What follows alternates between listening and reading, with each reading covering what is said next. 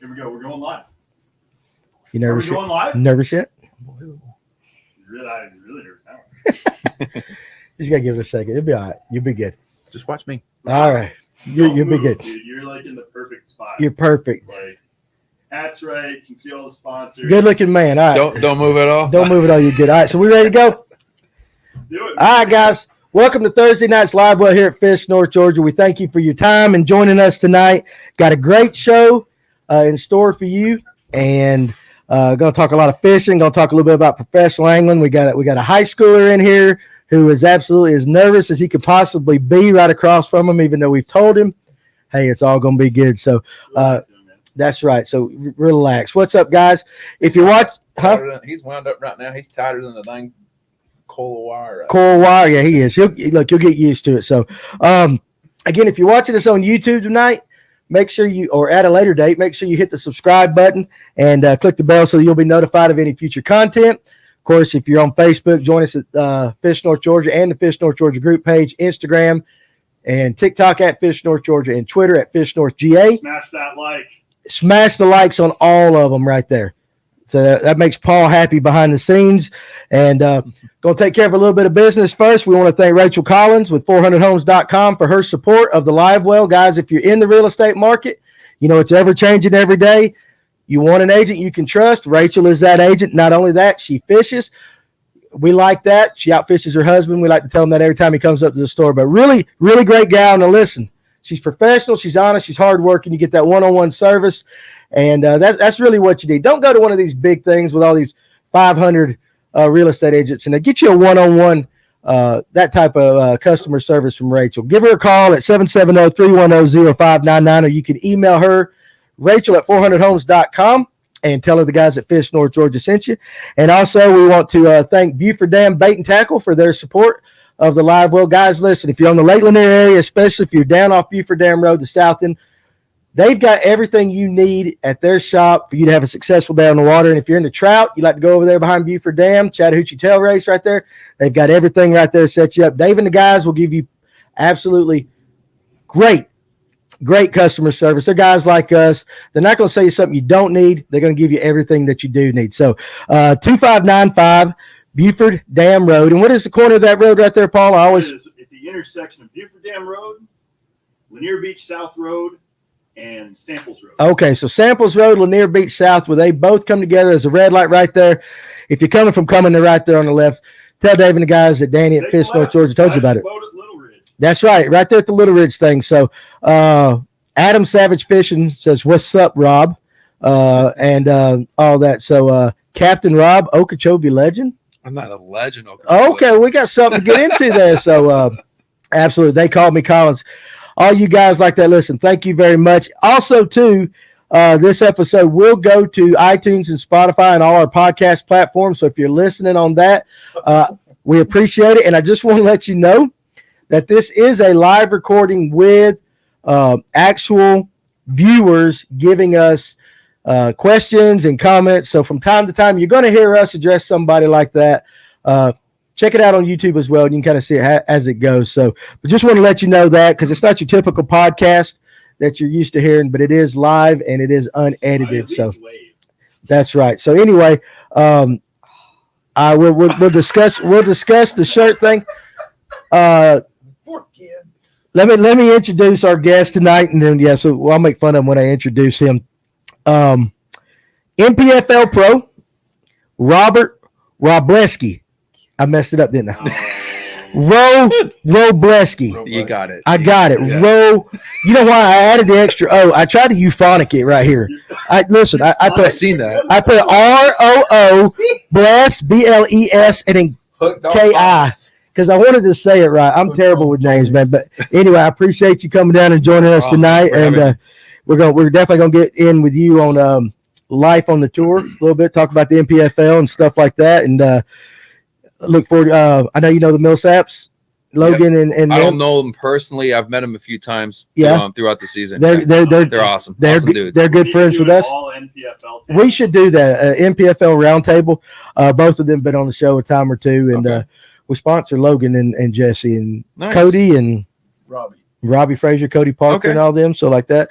So actually, the only professional fishing I watch is the NPFL. Nice. Just because I know the guys and I like it. I like the format, and I highly. Guys, William Fletcher, Yeah, you know William Fletcher. I have not met him. You know, I met him yet. So one of the cool things about it. A lot of travel buddies here in Georgia. No, you see, because this is my first. I've only lived in Georgia for 2 years. Oh, but this is actually the first full year that I lived here. Me and my wife, we got a place here about 2 years ago. Okay. So we've been here for about a year full. Up towards LJ.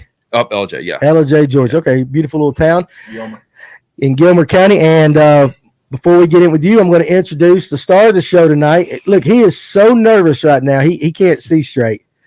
Dylan Johnson, right? Yes, sir. So yes, sir.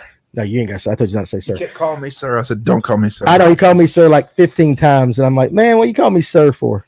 But I am 50, and he's how old are you? 15. 15. September. 16 in September. 16. Got a girlfriend? Paul Marks Jr. called him sir all night. Yeah, Paul Marks You're in Jr. good company. Yeah, Paul Marks Jr. did. You got a girlfriend? No, sir. Okay, all right. Ladies, he's available. He's available. That's actually a good thing. So if any of the fine young ladies at Lambert High School are looking for a cute guy right here, we got you one right there. You want to give out your phone number in case? No, you ain't got to do that. I'm just playing with you. So last week, Dylan, you guys have seen his name in the comments a lot, and last week he, I guess by default, won a prize. We had a little controversy. We had to give the arc rod away to Joseph, one of the locals here. So we got him, and I want to go ahead and give some thanks. Jonathan Farmer brought him up 2 rods, Mojo Bass, and then That's Shimano SLX. Shimano SLX. Michael Temples, he went out and told me to go. He told me to go pick him out a spinning reel because he needed a spinning reel. So we went and picked him out I don't know how to say it. It's a Shimano. It's a Shimano.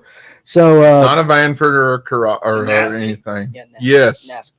Yes, that's it. how do you say that? I've always thought it was nasty. Nasty. Okay, well, anyway, got that. And then Joseph Gayton,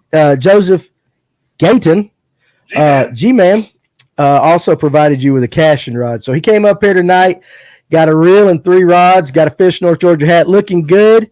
And again, ladies, he's available.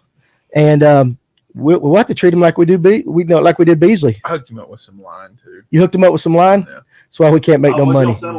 We can't make no money up here because you're giving away all the product and stuff like that. So Nice. there you go, cigars. So anyway, Maria. It's my mother. Oh, we got to be on our best behavior. Good evening, ma'am. I appreciate you joining us. You can say whatever you want. Trust me. Can I? Okay, good. All right, there you go. Good. I don't want to be on probation with nobody's. No, you're good. Nobody's. So now we just got to worry about your mom. She's somewhere on here. Is She she? hasn't figured out the comments yet, thankfully. Okay, so Dylan's mom, if you're there, if you're looking in the background, hey, thank you for letting your son come up here, and also for letting him go fishing and starting to enjoy the sport of fishing that we all love. And of course, we got Paul Coonan behind the board back there, and I'm joined by my esteemed colleague Ryan Sheffield, as always, and soon to be North Georgia taco eating champion. Oh. Actually, if you want to know why he changed shirts, I did have a comment. We put out a Facebook post today that was very wrestling related, and I purposely, Ryan, what are you, 6'7"? Yeah. Okay, you're a pretty big boy. Mm-hmm. I made him put a large shirt on, and so he was it was really skin tight and all that. And he did his wrestling stuff, so he wasn't comfortable because it was that tight. So it was not an all day wearing event. Sound pretty good? It was about a 2-minute event. 2-minute event. Now you can breathe. Yeah. But you did well. Mm-hmm. You did well. So Corey Harmon, I know you'll be listening to this at a later date. We are going to come to Taco Thursday and absolutely wax your rear end. My man right here, he's going to eat at least 18 tacos. At least 18. The over under is 17, and I'm gonna go 18. I'm gonna go with the over. So anyway, all right. So guys, I guess go Dilly Dilly. That's my nickname. Dilly Dilly. That's your nickname's Dilly Dilly. Dilly Dilly, like the Bud Light. You should not have let me know that. Dilly Dilly. So Those are my buddies. Dilly Dilly Dilly. All right. So anyway, all right, we're gonna talk a lot of fishing here, and of course, Robert being the guest of the show. Again, first time here. Glad you're here. Thank you. And how old are you? 37. 37. You're you're young looking 37. I appreciate that. Time has been kind. Yeah, time. I mean, I'm not smooching on you nothing, but you're a good looking fella like I that. So, appreciate that thing. all right, there you go. Take care of myself. So. Good. You should. All right. Let's go back to the beginning a little bit. I kind of told you I want to know how you got your start in fishing. I started fishing. I got my captain's license, I would say about 8-9 years ago. It's been that long. Started guiding down in the Everglades National Park. I started detouring towards the saltwater side and stuff like that, and building my clientele. Right. Started branching myself a little bit north into like the Cerro Bay area. And then that got me to fishing that area, saltwater. I used to target like redfish, snook, trout, tarpon, jack, that kind of thing, all near shore, the flats. Red tide hit. Yes. A couple that year, and I mean, I was kind of out of work. So I decided to get back into bass fishing. That kind of was always my dream, to do bass fishing, to do tournaments, to try to go on a tour, the whole 9 yards. Right. So I got back into bass fishing, got a bass boat, started fishing over Lake Okeechobee, do a bunch of little local tournaments and stuff like that. And I just started getting hooked again, and about 3 years ago is when I had really my best season. I started placing a lot of good tournaments throughout the lake and stuff like that, and got qualified really well to fish that. I don't know if you guys heard of that the $1 million event over at Table Rock, Missouri. Dilly's heard of it. Yeah. Okay. So I placed fourth at Okeechobee. I think it was like last year over there, and got qualified to go fish that big $1 million event, and did really well through that year as well, fishing the ABA. I don't know if you guys are familiar with the ABA. We are. We've got some good friends of the show that fished. We got the 125 and the 35 that they're going to join together. Join together. Yeah. 125, 35. It's a pretty cool trail. And I love ABA. And it's got some great guys. It does got some great guys. It stinks because being in the NPFL, you can't fish the ABA. You can do the 150 solos, but like the open series and stuff like that, you can't fish it. So it was kind of like a damper when I wasn't able to fish that this year. But just started fishing ABAs, the BFLs, the Toyota series, back all in Okeechobee. And my goal was that if I can conquer Okeechobee, I can kind of let myself free and conquer other lakes. Yeah. I needed to make a name for myself at that lake in order to feel that's a heck of a lake to make a name for. And it's very hard. And you got legends over there that are just hammers that every week, and no matter what, they're always on top. So I just felt like last year was like my breaking point where, I was ready to make the next move. So me and the wife decided the summer of last year to go move up here full time. Any particular reason why? Well, the reason was because I wanted to, in order for me to get better in fishing, especially in bass fishing and fishing tournaments and stuff like that, I feel like if you're just stuck in Florida, you're just going to learn the Florida trait. Yes. Fish shallow water. You're never going to be able to fish deep. You're never going to learn that trait. You're never going to learn the 4 seasons that Georgia, Tennessee, Alabama, all those northern lakes have to offer. And I feel like you're going to be a better angler if you're able to live right in the smack in the middle of Georgia, Tennessee, Alabama, North, South Carolina. Yeah. And you're going to be a better fisherman. You're going to be able to learn how to fish shallow, fish deep. And that was kind of my decision. I'm like, I needed to come up here so I can learn how to fish this because I wanted to move up. Yeah. You're making Ryan so happy right now. You don't know it. Seriously, because he is, especially when you say learning the lakes, the seasons, how to fish shallow, how to fish that. He feels like one of the stigmas we have up here is the guys like to fish deep. Lake Lanier, drop shotting, finesse, stuff like that. And he's a power guy on Lanier. And so he likes it anytime somebody says, hey, you got to learn how to fish that shallow bite. You got to learn how to, move around and be very versatile. Versatile is exactly the best word for it. So like that. So you actually jumped ship all the way up here just to work on your versatility. Yeah, when I knew I was going to go to Missouri in November, I knew the best way to practice was to be up here the whole summer of last year and to practice how to fish deep, learn how to do the live scope, learn my 360, all my graphs. Because when you fish in Okeechobee and you're fishing shallow, you don't use graphs. You turn it off because they can hear the ticking sound. Or where have I heard that before? So it's useless. You just Yeah. got to know whether it's deep or the water temperature. Yeah. But other than that, you don't need to fish. You don't need to He use ain't showing it, electronics. but he's happy. Everything you're saying coming out of your mouth right now. So, it's kind of funny because, like, a couple years ago, it's like you see people with 4 graphs on their boat at the lake or Okeechobee, I'm saying, and you're like, what is this guy doing? Right. Get that off there. Now you see that on a little regular basis and stuff. You But about just need mapping for Okeechobee. That's about it, right? that's about it. Fishing 1 to 3 foot of water. But anyways, so going back, during the summer, I got to practice a lot. Got to learn how to, learn my live scope, just learn how to fish deep. So Right. I took that skill, and when I went to Table Rock, obviously I didn't do that great. That's but, okay. Yeah. It was a learning experience. It Yeah. was super cold. It was like 23 degrees for one morning. Fish bit like crazy though. Didn't No, they did not, but they? not for me, but Not maybe for for you. other Cool. people. But no, when I got a chance to fish that, it was pretty cool. And then a few weeks before I got to go fish that event, Brad Fuller gave me a ring from NPFL, and I applied for the NPFL. I went online, applied, and gave me a ring, and he offered me a spot, and I didn't even think twice. I Good took for it you. because you never know when you're never going to get it. If you're never going to get a shot, Right. and you get a chance to get a shot, take advantage of it because Yeah. you never know if you're going to get that. Yeah. How many people don't take advantage of those opportunities in life? They Yeah. have a dream, but something in the back of their mind says, don't do it. It'll come later. But you got to jump on those things. They're not every day. Just You do. pertaining to fishing there, and every single lake that you go from here to Maine out to Washington. Yeah. There's guys like that everywhere that you can find and you can talk to that are good enough, but they never took the opportunity. They never Never took the chance. They never followed through. You're following this, right, Dilly? Yes, You're sir. following this. You taking mental notes. Let me ask you this, because I always like to get the backstory a little bit. How did your wife respond when you said you wanted to move up here for fishing?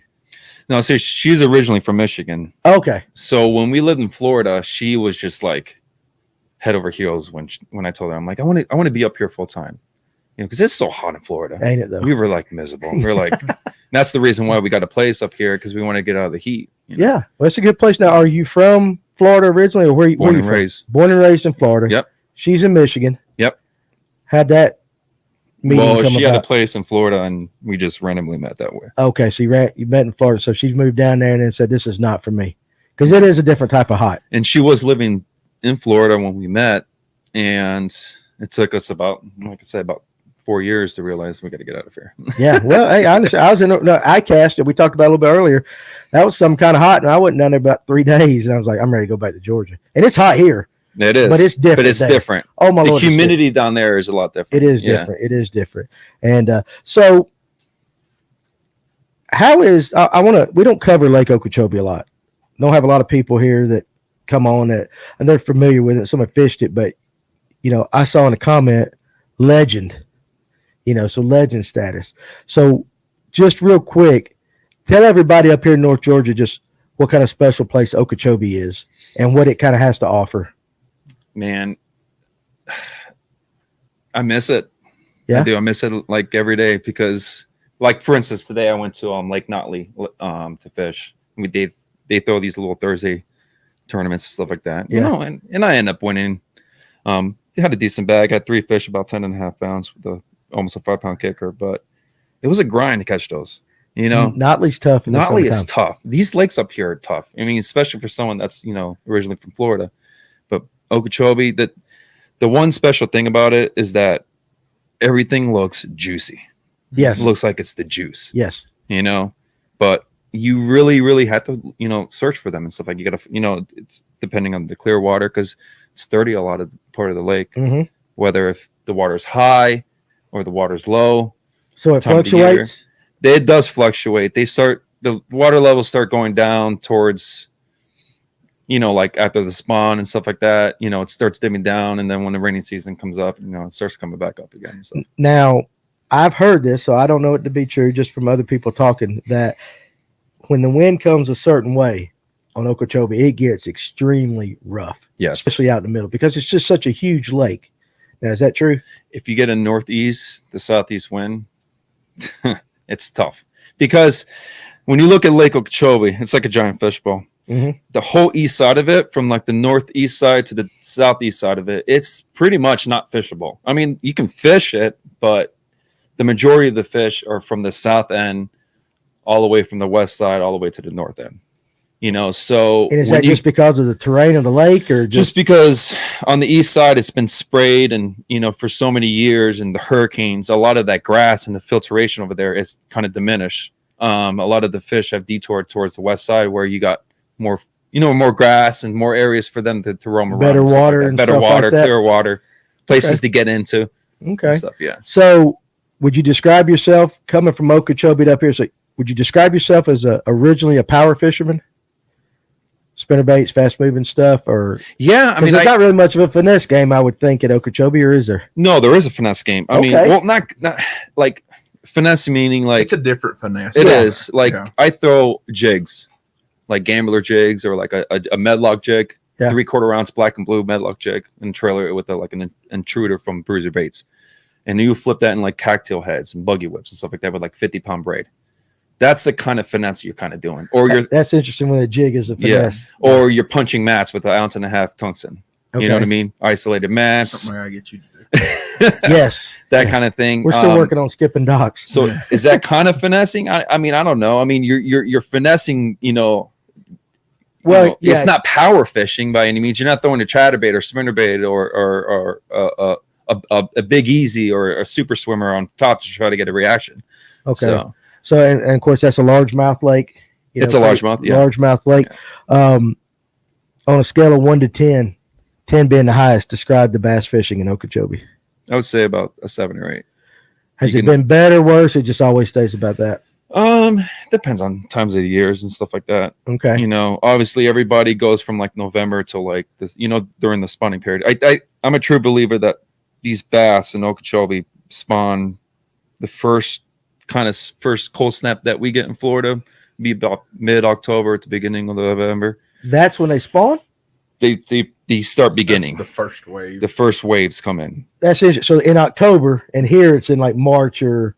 Here we have a really short period. Yeah. There they have a longer period. And I don't know why. It's weird. Especially that lake. That's interesting. Yeah. When you say a longer period, what do you kind of guesstimate? So from like towards the middle to or end of November to about June, I've seen fish on beds on June. Like when the bluegill come up in beds on the shell cracker, you'll see bass spawning. It's weird. And it'd be like 80-degree water temperature. So you get like multiple waves of fish, but that's a huge lake. It is, yeah. So I mean, I'm sure it's got plenty of fish. All right, now, Dylan, I know you had questions, but like at any time, if you got a question for Robert, you jump in there, okay? I don't want you to talk too much, but I'm going to give you a hard time. You should have known that coming in. But from what you hear, any questions on Okeechobee? No. No, not yet? Closest I've been is Toho. Toho? But you have been in Florida fishing? Yes, I have. Okay. My dad's brother lives down in Orlando, right near Disney. Okay. So. All right. So, okay. So you've experienced the humidity and all that down there. It is different. Went down there in December and it was like 90 degrees. That is true. That is true. You move up here. What's the first lake you fished when you moved up here? What lake? Carter's Lake. Oh, he picked a doozy to start with right there. Yeah. Yeah. I had no clue. I'm like, man, this place looks so cool. I mean, it was like 2 hours. I'm like, I'm not getting to buy it. I'm like, wow, this sucks. Did you know going in how deep Carter's was? Yeah, I knew how deep it is. I can tell when I contours in the Lake Master, but I didn't realize how deep it was. Oh yeah, that is a deep lake. And there's two types of people in North Georgia: those that love Carter's and those that absolutely hate it, because it can be a very tough lake at times like that.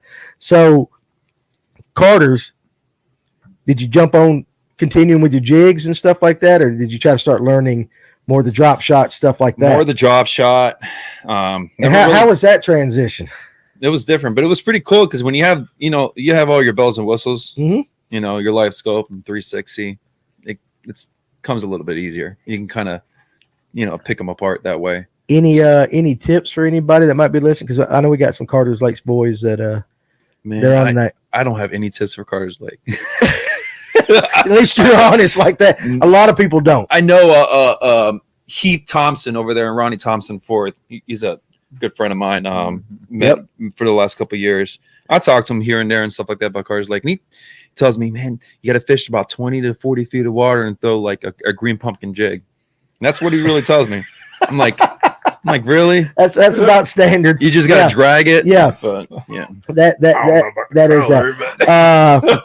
Or PBJ or whatever. Well, PB and J is a popular color there. Fishing with Farmer. That's Jonathan. Glad to hear Notley came up because he that's his home lake. He's from up that way. Dylan, didn't you fish Lake O? That's my dad. Out in the truck. Mr. Johnson, out in the truck. Did you fish Lake Okeechobee? No, that was Toho. That was Toho, Mr. Johnson. Okay, we got that. Anna, and I don't even want to try that last name. Haru.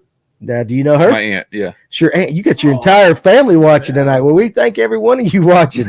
We hope we impress you and that you'll allow him to come back at a later date.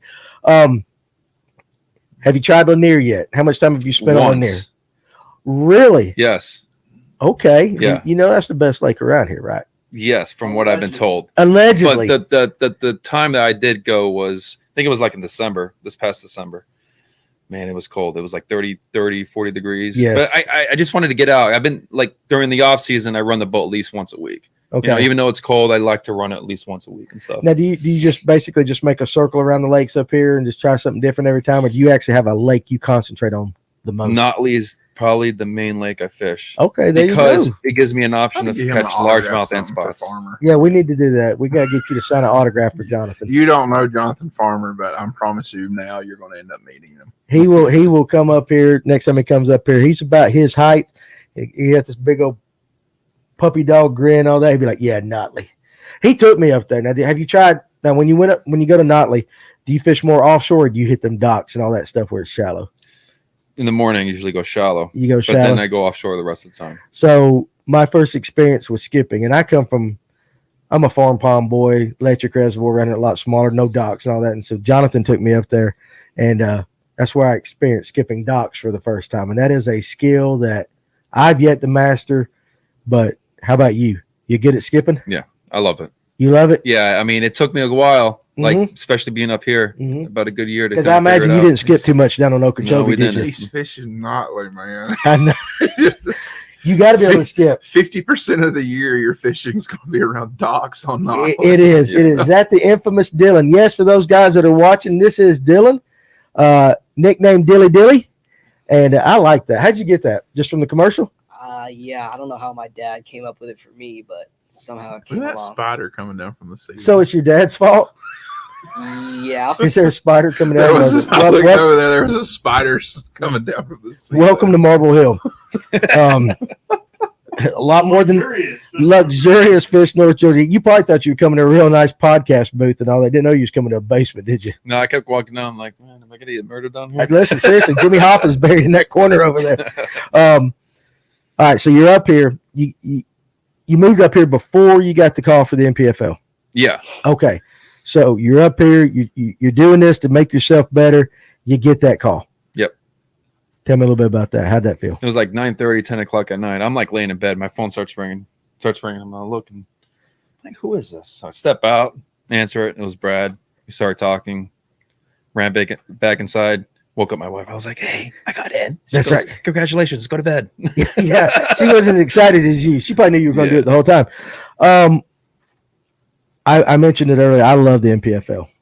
I like the format. I like watching the weigh-ins. We're going to work on Fat Cat a little bit. Okay. You know, we watched a video the other day where he had a thong on. Oh, God. Have you seen that video? No, I have not. I got to see it though. We got it. You want to see it? Sure. Hey, Paul, do you know how to bring that up? If not, Ryan can show you. Not this. Listen, yeah, seriously. Yeah, it's probably a side of Fat Cat you haven't seen, and it's definitely not one you need to see. But we're going to show it to you anyway. So, I can't wait to tell him. Yeah, I don't know which one it is. There we go. I've got one question real quick. And you know what? Okay, go ahead. Sorry. If you could choose one characteristic, like for at least high schoolers to have, what would you choose, like in your position? What was it? One characteristic for a high schooler to have to get in your position. Save your money. There you go. Be frugal. Be frugal. Decking Fat Cat Newton coming at you. Ha, ha, ha, ha, ha. Listen, man, today I want to talk to you guys. I want to talk to you about something that's very important, man. It's something that needs to be addressed. This probably will be one of my most composite videos ever. The most importantest things there are things that I'm going to go over in this video that has been bestowed upon me Can you- from myself. Yeah, crank it up just a little bit, buddy. Over There the you years, go. Because nobody taught me anything but myself. Because as we all know, I'm the best fisherman I ever met. And what we're talking about today is a very serious thing in the world, especially in the fishing world. Yeah, show where he shows his thong. Fast forward. Look at that. Look at him in this video. So how well do you know him? You know, I've talked to him a Let's few speed it times. up. The most I actually talked to Let's- him when I was at ICAST. Okay. Yeah. And I tell you what, he's lost a lot of weight though. He has. I'm telling you but right now, I bud. don't know about his weight. I'm talking I'm the about wrong the dude. underwear he's Okay? got on here in a second. Can you? This, Fast forward it some more. Yeah. that's what Well, it the is. men's bud. sex is.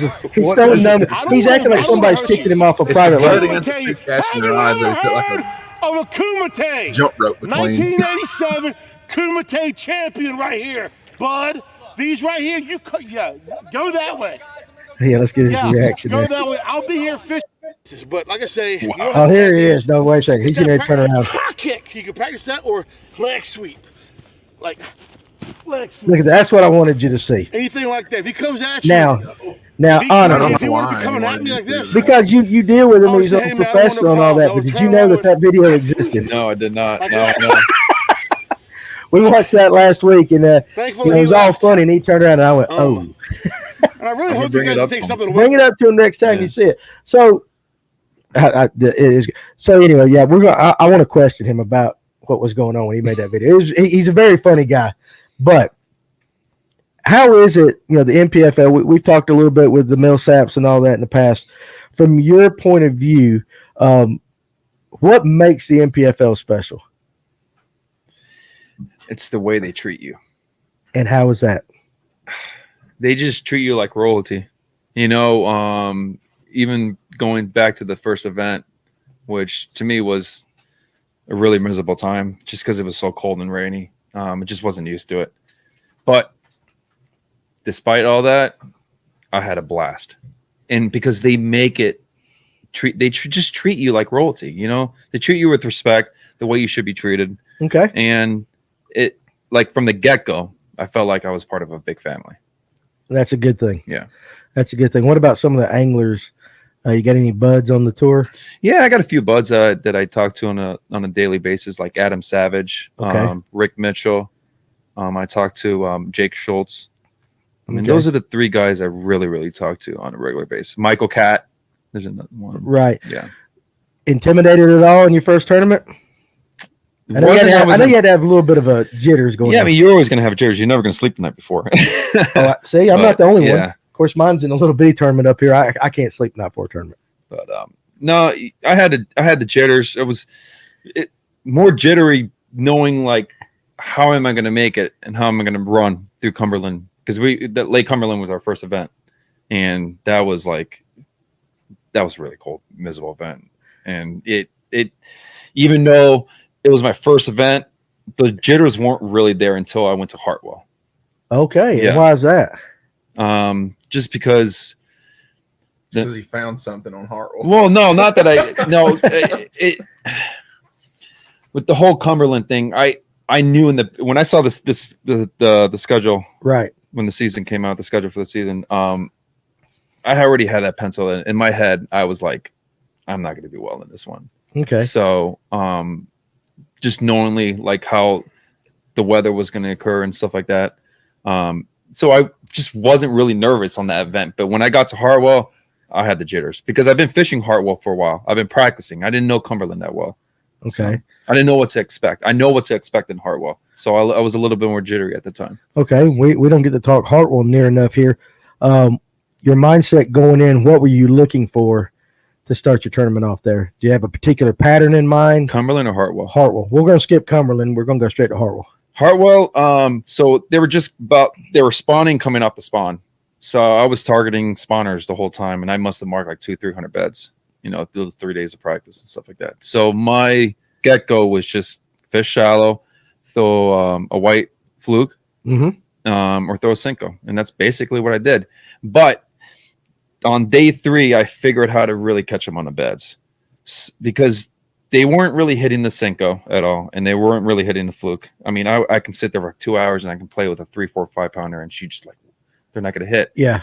But I threw a Lucky Craft pointer blue heron, jerkbait, and somehow that jerkbait they didn't like it, and like you would jerk it, and you know the sand will puff up, they'll get intimidated. When and were y'all there?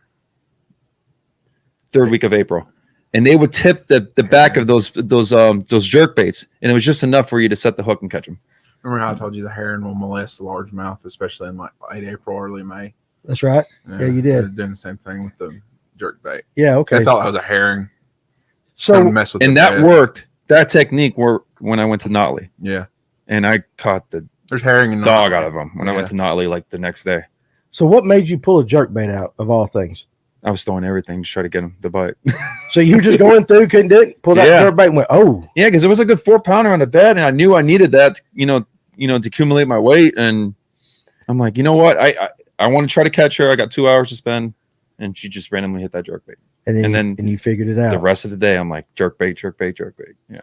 Very interesting, because when it comes to bed fishing, even though you mentioned that not a lot of people, at least around here, equate a jerk bait with bed fishing. Mm-hmm.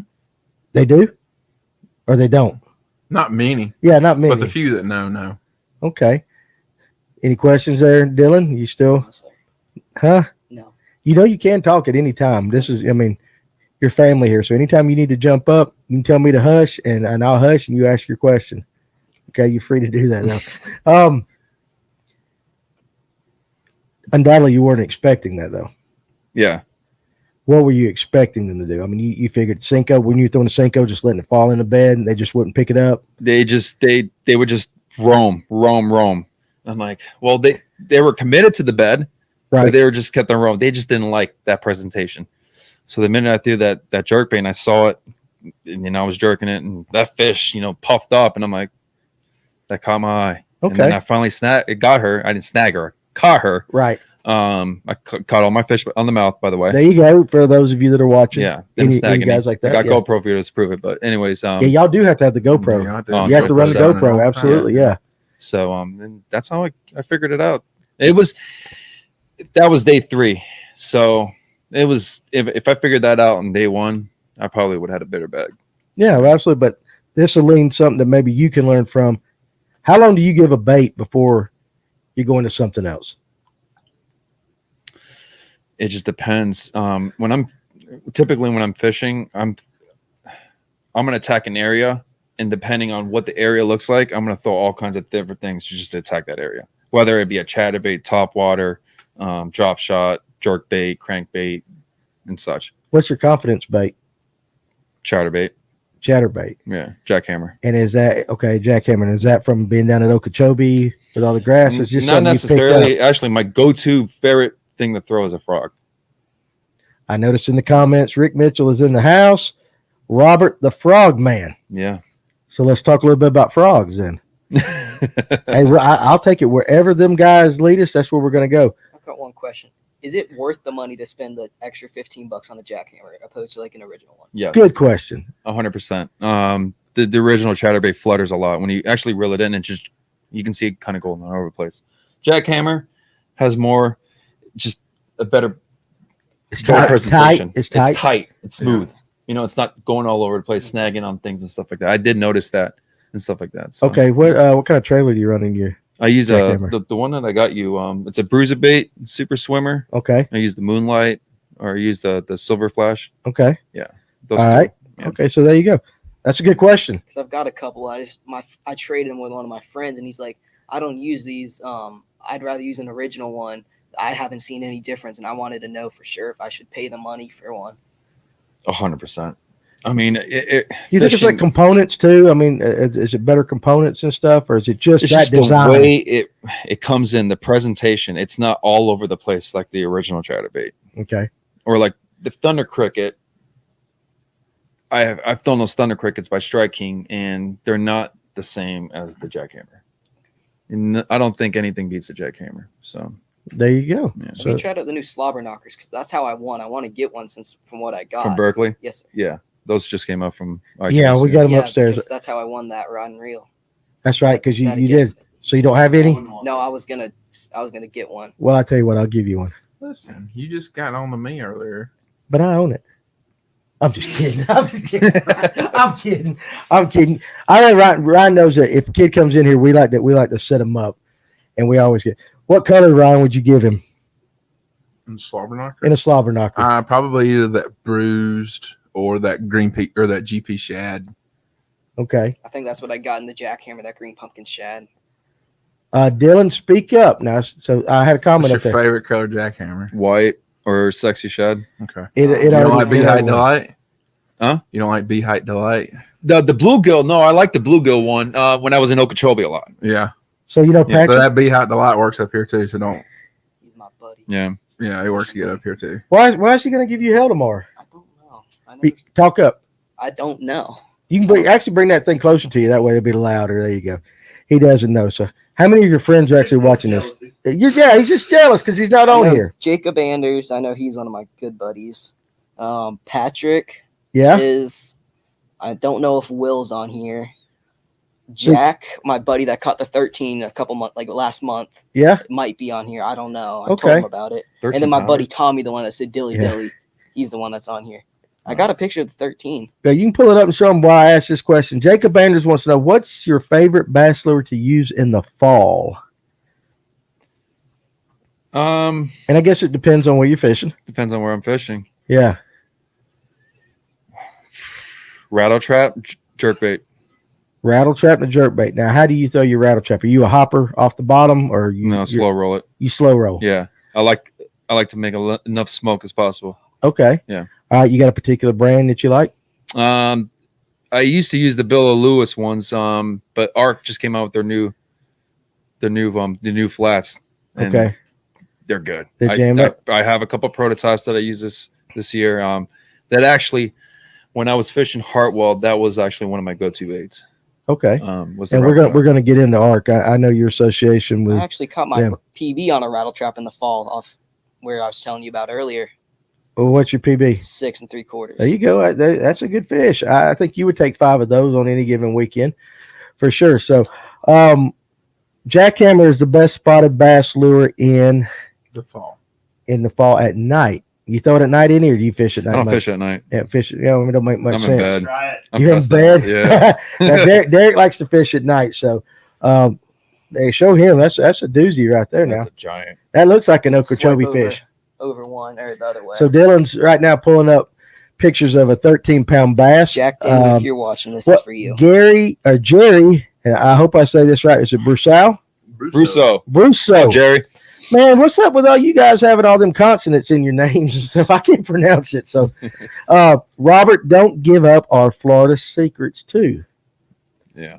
Yeah, Few secrets. you got a few. I know you're not going to give up all the juice. I tell the guys coming here, you don't have to give up all the juice. So, I'm sorry, I'm old, man. I'm 50. So anyway, all right. So Hartwell, Cole Griggs has asked this question twice already. what do spots bite at night? Was that the question? Mhm. At Lanier right now. So, Ryan, I'll let you answer that question. That's the right question. That's a Ryan question. Well, Derek already said one jackhammer is a good one to do. Can't discount a jig on Lanier at night. Even a 10.5-inch worm on Texas rig. Old school. There you go. That works pretty well as well. I've caught a lot of fish on that at night. As it starts kind of getting a little bit cooler, we can start going back into a little bit more hardcore, still throwing top water. Right. Top water at night's kind of non-existent or it's sporadic. It should be coming back on here as we start if these cool nights will sustain, you'll be able to start throwing it Okay. Our and big not putting one. it down. Our big one today. Our 4.8 came on a top water. Notley. Yeah. Yeah. Just random. Largemouth or spot? Largemouth. Largemouth. Yeah. Have you got into a big spot up there yet? I've gotten a couple 4s. Now, have you caught a smallmouth out of there yet? No, I've never heard. Now, I heard Blue Ridge has smallmouths. Blue Ridge has a few, but Notley, from certain people they call it the unicorn up there. There's one or two still roaming around in Notley. That's what they say, but they call them the unicorn fish. So, Dylan, let's see. We're going to get this next question from Dominique. Dino, what got you into fishing? I guess from the get go, back at the very, very beginning in your early childhood. what got me into fishing. You know, when I was a kid, every Saturday morning I wake up, you turn on the TV shows. You used to see Roland Martin, Ham Parker, and Fisherman. Yep. Those old school shows. That when I used to watch that really got me into fishing. And I used to walk down this little canal when I was in Miami when I was half his age, like 10. Right. And I used to catch those little bass all the time, and that got me hooked. Yeah. That's what got me really into fishing. Watching those shows and watching all these professionals fish and stuff like that. Yeah. I'm like, I can do that. Yeah. We're missing those type of shows now. Yeah. You don't see those. Generally, if you pull up on TV now, most of the shows are about a tournament or something like that. Yeah. We don't have the old school. We don't have the old school because everything's off the internet now. YouTube. You just go on YouTube channels and stuff like that. Yeah. So it has changed so much. That's like the kids today, they miss that. When we grew up, like you were in a canal, we had farm ponds around here before North Georgia started blowing up that you could go fish, and now it's a subdivision. You can't get into it no more. So the kids around here are missing kind of like what we grew up doing like that. And I am a little bit older than you. Dilly, I got a question from you from Ken Burke. What is working for you on Lanier? I currently do not have a boat, like a full-size bass boat. I'm trying to save up for one. I've got a 12-foot John boat right now, so I can't really get on a Lanier. But the last time that you went, I up north though. Yeah, or with Phil Johnson, and we went on a trip the end of July, right before school started. We were fishing a drop shot, 30 foot of water on a brush pile. We caught, me and my brother, I pulled three and a halves off of it. And then that's pretty good for one brush pile. And my brother pulled another 3 off of it. I hooked some new ones. All right. And real quick, Dylan, what got you into fishing? It was watching us, wasn't it? No, I've been fishing. Come on, man. I'm not. No, we know that's a joke. Seriously, I mean, I've always kind of like fished here and there, like kind of on the weekends, like every few months, but like beginning of last year, so kind of towards COVID, that's when I really got into it. You're just kind of sitting around the house, not doing a whole lot, doing schoolwork. I don't know what necessarily got me into it because my dad grew up on a farm in Illinois, didn't really fish a whole lot. He had one little pond. Mom grew up in Massachusetts, right near the Cape Cod Canal, if anyone knows where that is. So I've not tradition up there. Yeah. Neither of them really fished. So you're a Yankee? Not really. Were you born here? Yeah, I was born here. Okay, you're all right. All right. So anyway, Mike Logan, Robert, would you rather catch a 42-inch snook or a 10-pound bass, and why? Now, do you know Mike? Yes, Mike's one of my good longtime friends. Yeah, that sounded like a What's up, softball Mike? question right there. So, which would you rather? He wanted me to give him a shout out. So, what's up, Mike? What's up, Mike? You know the answer to that, Mike. I'd rather catch a 10-pound bass all day long. I rather bass fish than saltwater fish any day of the week. Okay. Yeah, and I've done it all. So, but what is fighting a 42-inch snook like? It's fun. It's when you catch that double-digit bass, it's nothing better than that. Well, they're rare. They're rare, and I think it'd be easier to catch a 40+ inch snook than it is to catch a 10-pound. Okay, so there you go. Call from someone. Being Okeechobee. Oh, he said no. I'm sorry. He didn't know. Being Okeechobee, what is your PB? 9.89. 9.89. I got several 9s. Yeah, I haven't hit a 10 yet. Several That's why nines. you want the 10 more than the 42-inch. I weighed that and it was 9.89. I'm like, really? Yeah, exactly. Right. Really? Really? And I took the scale off, put it in the live well, let it sit, maybe fill up a little water. Still 9.89. 9.89. That's awful. I was getting a call. Can I go take it real quick? Yes, son. Listen, you gotta go to the bathroom. You act like you own the place. Seriously. Yeah, we're easy to deal with right here. All right. So Hartwell, where'd you go to next? The next event was Watts Bar. Okay. Over in Tennessee River. That was, I'll tell you what, Watts Bar is one of the prettiest lakes I've ever been to. I've heard that. It is absolutely gorgeous. I probably top 5 prettiest lake I've ever been to. Number 1, Table Rock in Missouri. Okay. Yeah. That Very hands famous down lake. the most prettiest lake I've ever been to. Okay. Yeah. So how was the fishing on Watts Bar? It was interesting. I did a little pre-practice before the off limits, and found some fish on jerkbait and stuff like that offshore. But at the time, the water temperature was like at 62, 63 degrees. So I figured they were just getting ready to, move up in beds and stuff like that. But then 20 days later, water temperature was like in the mid 70s. So those fish weren't bedding anymore. Gotcha. And, my areas obviously were non-existent at the time. That's the hard thing about pre-practicing 20 days before your cutoff. is that what is the cutoff on the NPFL? it's 20 days. 20 days. Yeah. Okay, so 20 days out, no fishing. Yeah. And I imagine no talking to guides, no any of that No, we stuff. can't get You got any all those- information or anything. no Once we sign our information. contract, no information. The second you sign the contract, No information. no information on any lake. None. What's the, I never asked the mill subs. What's the penalty for that? If I you don't get- know because I've never been caught. Right, yeah, right. Or I've never done anything wrong. He said never been caught. If you guys from the NPFL are watching, never been. No, seriously though, I mean, they don't tell you. Probably DQ. I'm sure it's DQ. I would but- assume DQ, DQ. no check if you got check. I heard from the grapevine in the MLF certain individuals that have done very well Uh-huh. in consecutive years, Uh-huh. all the time, top tens, have been caught. Not once, not twice, multiple times. But since their brand and their reputation is so big in the fishing industry, they know that if they would completely smash them, that they will lose viewers and that person will lose viewers. They don't want to do that to someone. It's like taking Tiger Woods out of a golf tournament. Exactly. You know, all TV this, guys do not want Do that. you want to give your opinion on Gerald Spoyer it wasn't him. or whoever that was that got Mm, caught? I No, don't want what to was say his name? names. Well, you don't say Just, names. it was just Sprague. That's like, it. Yeah, yeah, Sprague. Sprague I thought is it the was one that Gerald. got caught. But I'm it's sorry. that's just I'm that's not sorry. him. There's more guys. Yeah, Yeah. I just didn't know because But they that's like get- the biggest. That's like the biggest one talking about the MLF. That's like the first real Real one. ball that they've like dropped where they're like, no. But all Like, they've this done ain't to him is happening. fine him.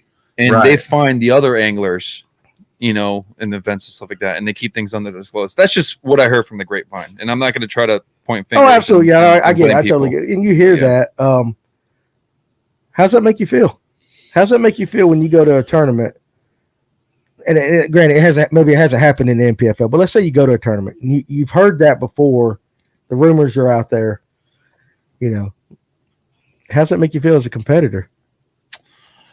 That a guy's got that reputation. How about that? Maybe they haven't been caught, but they've got the reputation of doing that. I mean, it depends how you persuade. Like, for me, I would take it like you got a bullseye in the back of your head. Like, I'm coming after you. Like, not like threats like that, but I want to fish. I'll fish you. You know what I mean?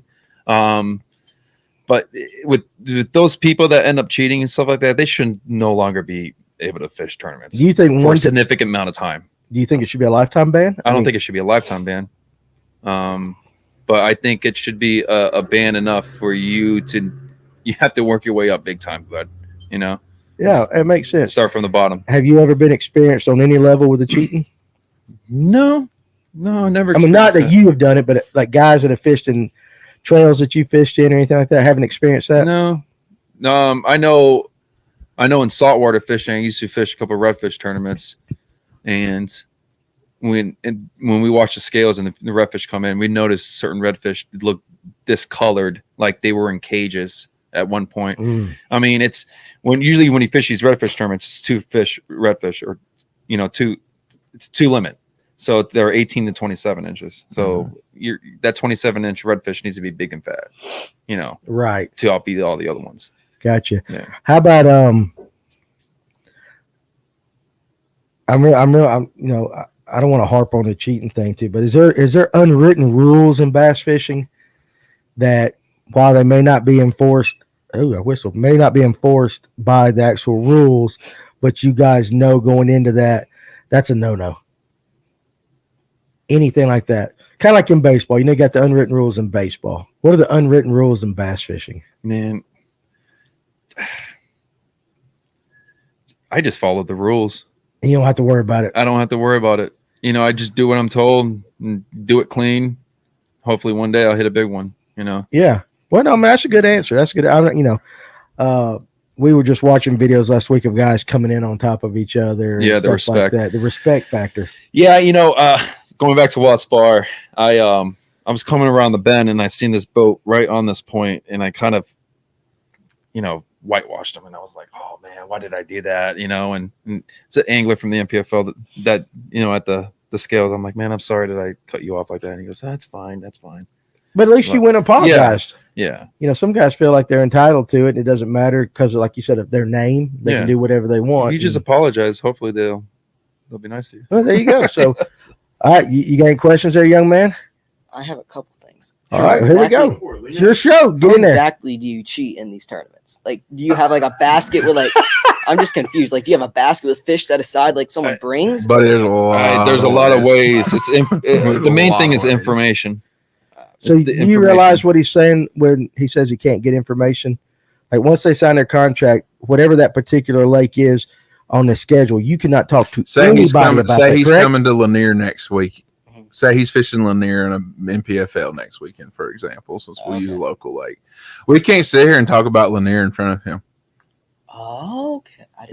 We can't talk about like, would that be considered they're hitting they're hitting a Ned rig or something like that. No, we can't talk about that. Yeah. That would be considered. He pretty much has to go la la la. Like private information you can't get, but the public information. Like if I was to watch, if you guys did a segment about Lake Lanier, I'm allowed to go back and watch that video. But this would be considered private. This would be considered private information. Yeah, because I would assume. Yeah, I would say it's a gray area right there, though, being on a podcast. Because pretend you're not here and you're on the phone. We've been sitting here just like no different. We talk on the phone about it. Yeah. So that would be considered probably. But if you were up at, let's say you came into the store to shop, and Ryan and I were sitting there talking about Lanier, that's not considered private information. You're just overhearing our conversation. Yes. Okay, so that's legal. Yes. Okay. I'm pretty sure that's legal. Yeah. Pretty sure we'll call Paul. We'll call Paul. Paul's probably listening. Paul with ARC and the NPFL. We'll figure that out right there. So not that Paul Vincent. So Michael Temples wants to know. We talked about it a little bit, but how much do the electronics come into play at that level? It's become a big thing now. The live scope game has really changed fishing a lot. You know, it's making people that typically can't afford it, and the people that can afford it have more advantage. Right. So it's making a divide right there between the two. And it also depends where you're at in the United States. Like going back what I was saying with Okeechobee, you don't need all that stuff. Right. You don't need to use any electronics when you're fishing shallow water lakes and stuff like that. But when you're up here, it's a huge advantage. Comes into play big time. Yeah. You know? And has it changed your fishing any at all? Yeah, it's actually, I run more spots. Like when I'm at Notley, I run like 50, 60 spots, and I have brush piles and rock piles and ledges that I've caught fish before. So I have marks. So if I go there and scan around that area and there's no fish, I'm pick up that thing and got to go. Okay. You know, I'm not going to waste time. Now, would you consider yourself a video fisherman, though? Like a lot of guys we know that they never take their eyes off that screen once you start using that stuff? I can do it. Do you like the fish that way? I like it if I'm catching them consistently, but I rather like flip a dock or do something different than that. Okay. You're kind of find other ways to try to catch fish doing that besides that. What's the most frustrating thing about your electronics? Would it be like watching them not hit? I mean, like watching your bait drop? Pretty much. When they just walk by and they just look at it and then they just swim away. Like, yeah. And you can throw 1,000 things to them and they'll just look at it and swim away. Now, how long do you give a spot like that when you're sitting 15, 20 minutes tops. Tops. Yeah. Okay. So that would be a long stay for you if they're not biting. Yeah. Okay. I got that. Make sure. Farmer, again, I like this guy. That's the guy up at Notley. I told you he's going to be in love. Mm-hmm. Farmer will be dreaming about Robert tonight, though. But you need to really get with Farmer. I don't know if you've ever fished with him. You need to get with him up there. Yeah. Because he knows that lake. I mean, of course, you know that lake very well, but he grew up on that lake. So he fishes the ABA, and he's done quite well up in that neck of the woods. So does anyone have, did you have something, Dylan? I was going to say, my buddy Jack, he just commented, and I had to take his call. He just said he caught 2 7-pounders in back-to-back casts. That's the kid that just got the 13. That kid's, he's a little crazy. And they said you need to speak up. So listen, guys, he's shy. This is his first time, so we're really needing to work on him. Next time you come, you'll be much more natural like that. So, and then this is off topic, but what's the average size walleye on Lanier? I would say a big walleye would be in the 7-8 pound range. So I would say what? An average walleye. People would have to catch them for their because I caught an average one. In the spring. I caught like a 6-pound walleye on an underspin. I would say that's a good. Have you got any walleye? I haven't caught no walleye since I've been here. I've caught crappie. I love catching them specks during the wintertime. Oh, dude, listen, you got to get over here. That's how you know he's from Florida. Because he said crappie. No. Specs. He said specs. Specs, yeah, I love them. Specs. Yeah, no. There's a couple lakes I need to tell you about if you like doing that. Guy B, does anyone have experience, and it got clicked up, with the Smart Strike software on Lanier? I have no idea what he's talking about. Bill Carson. Yep. Smart Strike is I think Humminbird makes that. It's another software besides the Lake Master. Okay. Lake Master Plus. Then I would say two people. I would say LJ, because he installs Humminbird, or Bill Carson would be the one you would want to get in touch with. What's your dream boat? What kind of boat you fish out of right now? 21-foot Trine TRX Elite. Okay. That your dream boat? I love it. You love it? Yeah. What's so good about that boat? I'm not saying it in a derogatory. I mean, what makes you love that boat? So if there were 6-7 footers running out there, I can probably put any boat out there. My Trine will outbeat them in rough water. I think that boat is one of the best rough running boats I've ever been on. Okay, what you got as far as a motor on the back of 250 Mercury Pro XS. Okay. Yeah. All right. So it's not a speed boat. It's a luxury boat, in my opinion. I don't go fast. 68, 70. Okay. That's all I need to go. Slow. So it is slow. But, I mean, I can handle the waves. Yeah. I can run out in the big water. You know, I can take it. That boat can take it. What do you think about all these cabin cruisers on all these lakes and stuff like that when you're fishing? Like the big yachts and stuff? The big ones, yeah. Yeah, they're You annoying. can tell you've only fished Lanier once, because if you fished it more than a few times, you would be fussing about it. Now, I know when I went to Hartwell, I remember the day 3, which was that Saturday. I felt like everybody from South Carolina and Georgia was on that lake. Yeah, no, that's it was so rough. That's about James Harmon, who I just said. Triton is his boat too. So, and Adam Savage Fishing wanted to let you know they're called in Georgia crappie. Yeah. Now, do you know that we're the only state that calls them crappie? I guess Florida's the only state that calls them specs. Specs, and everywhere else they're crappie. Crappie. Yeah. Crappie. I always thought Jimmy Houston was saying it wrong all my life, but I was educated by a crappie fisherman like that. So, all right. So Watts Bar, and then what was your next stop? Was it Saginaw? Saginaw. So how was Saginaw? That was a blast. So is that your first experience with smallmouth, like on that level? I didn't even catch smallmouth. Oh yeah, well some of the guys were catching the largemouth. Some were catching largemouth. I actually day 1 of practice. Now I never pre-practiced that event, so it's kind of a long way away. It was a long way away. So went up there and day 1 on the way to practice, I brand new F250 diesel. I slammed a deer.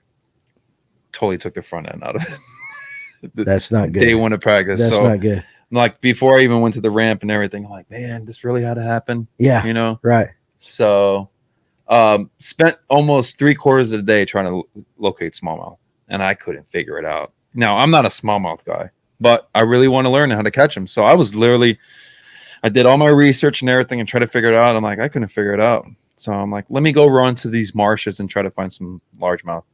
And man, I could not drop that frog rod. It was either a Sona frog or a super swimmer, as fast as I can through those pencil reeds, and they would explode.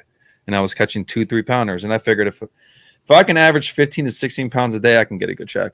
Yeah, you know. And I know there's big ones in around because I can see them cruising. If I can just manage to get a 4 or 5 pound kicker, I can move that. Did you expect that bite to be there all the time? Oh, so you expected, like going up there and pre-practice, you knew if I can't find a smallmouth, I always can. Plan B is always the largemouth. Yeah, and that's what I did. I ran a bunch of marshes for 3 days straight, just trying to locate, and then and that's what I ended up doing. That was actually my best event this year. Was over in Saginaw. Yeah. How'd you finish that? 34th. 34th. So you cut a check. Cut a check. Yeah. So what NPFL is what 40, 45?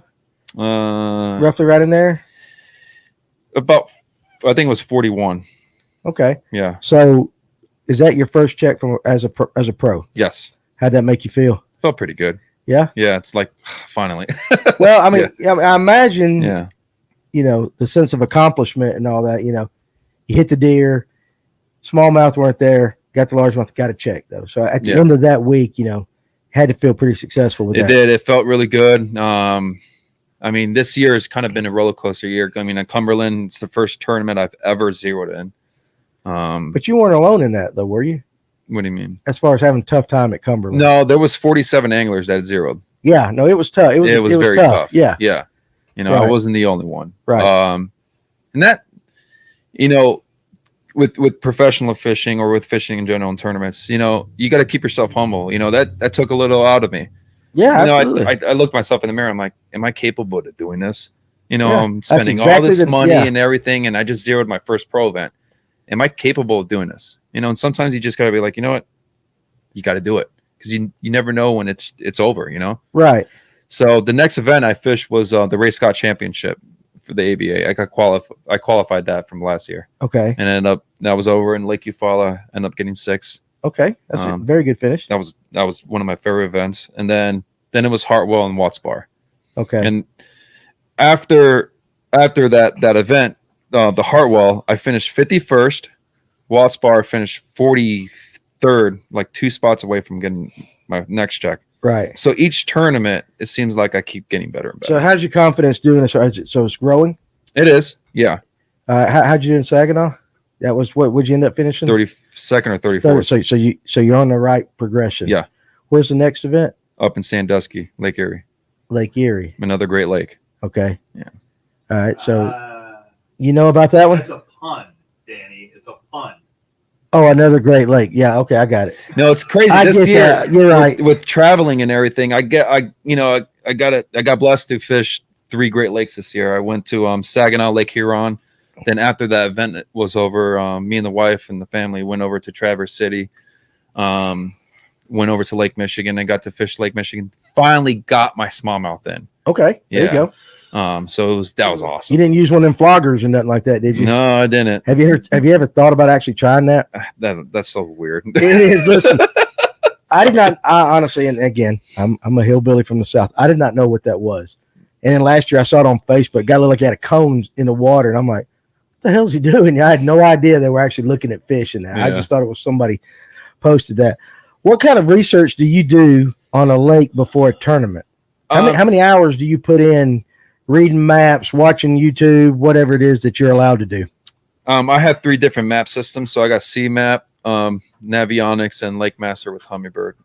So I got 3 different contours of lakes that are navigation software that I can look and do my research.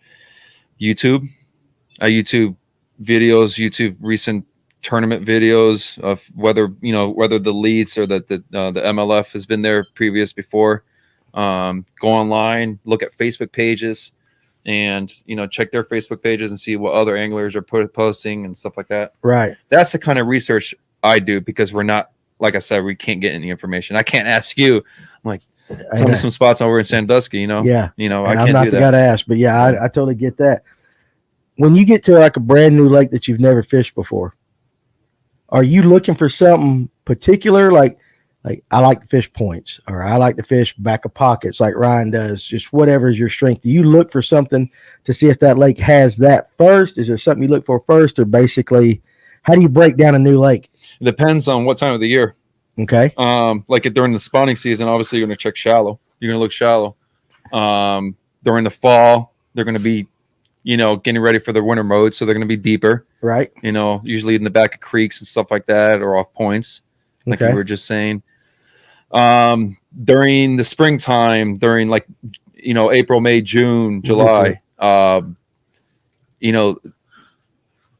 fish are going to be off ledges and stuff that post spawn. That bite's going to be totally different. I'm going to be fishing off points and ledges and stuff like that. So, all right. So Harmon invited you and I to go to St. Clair next year.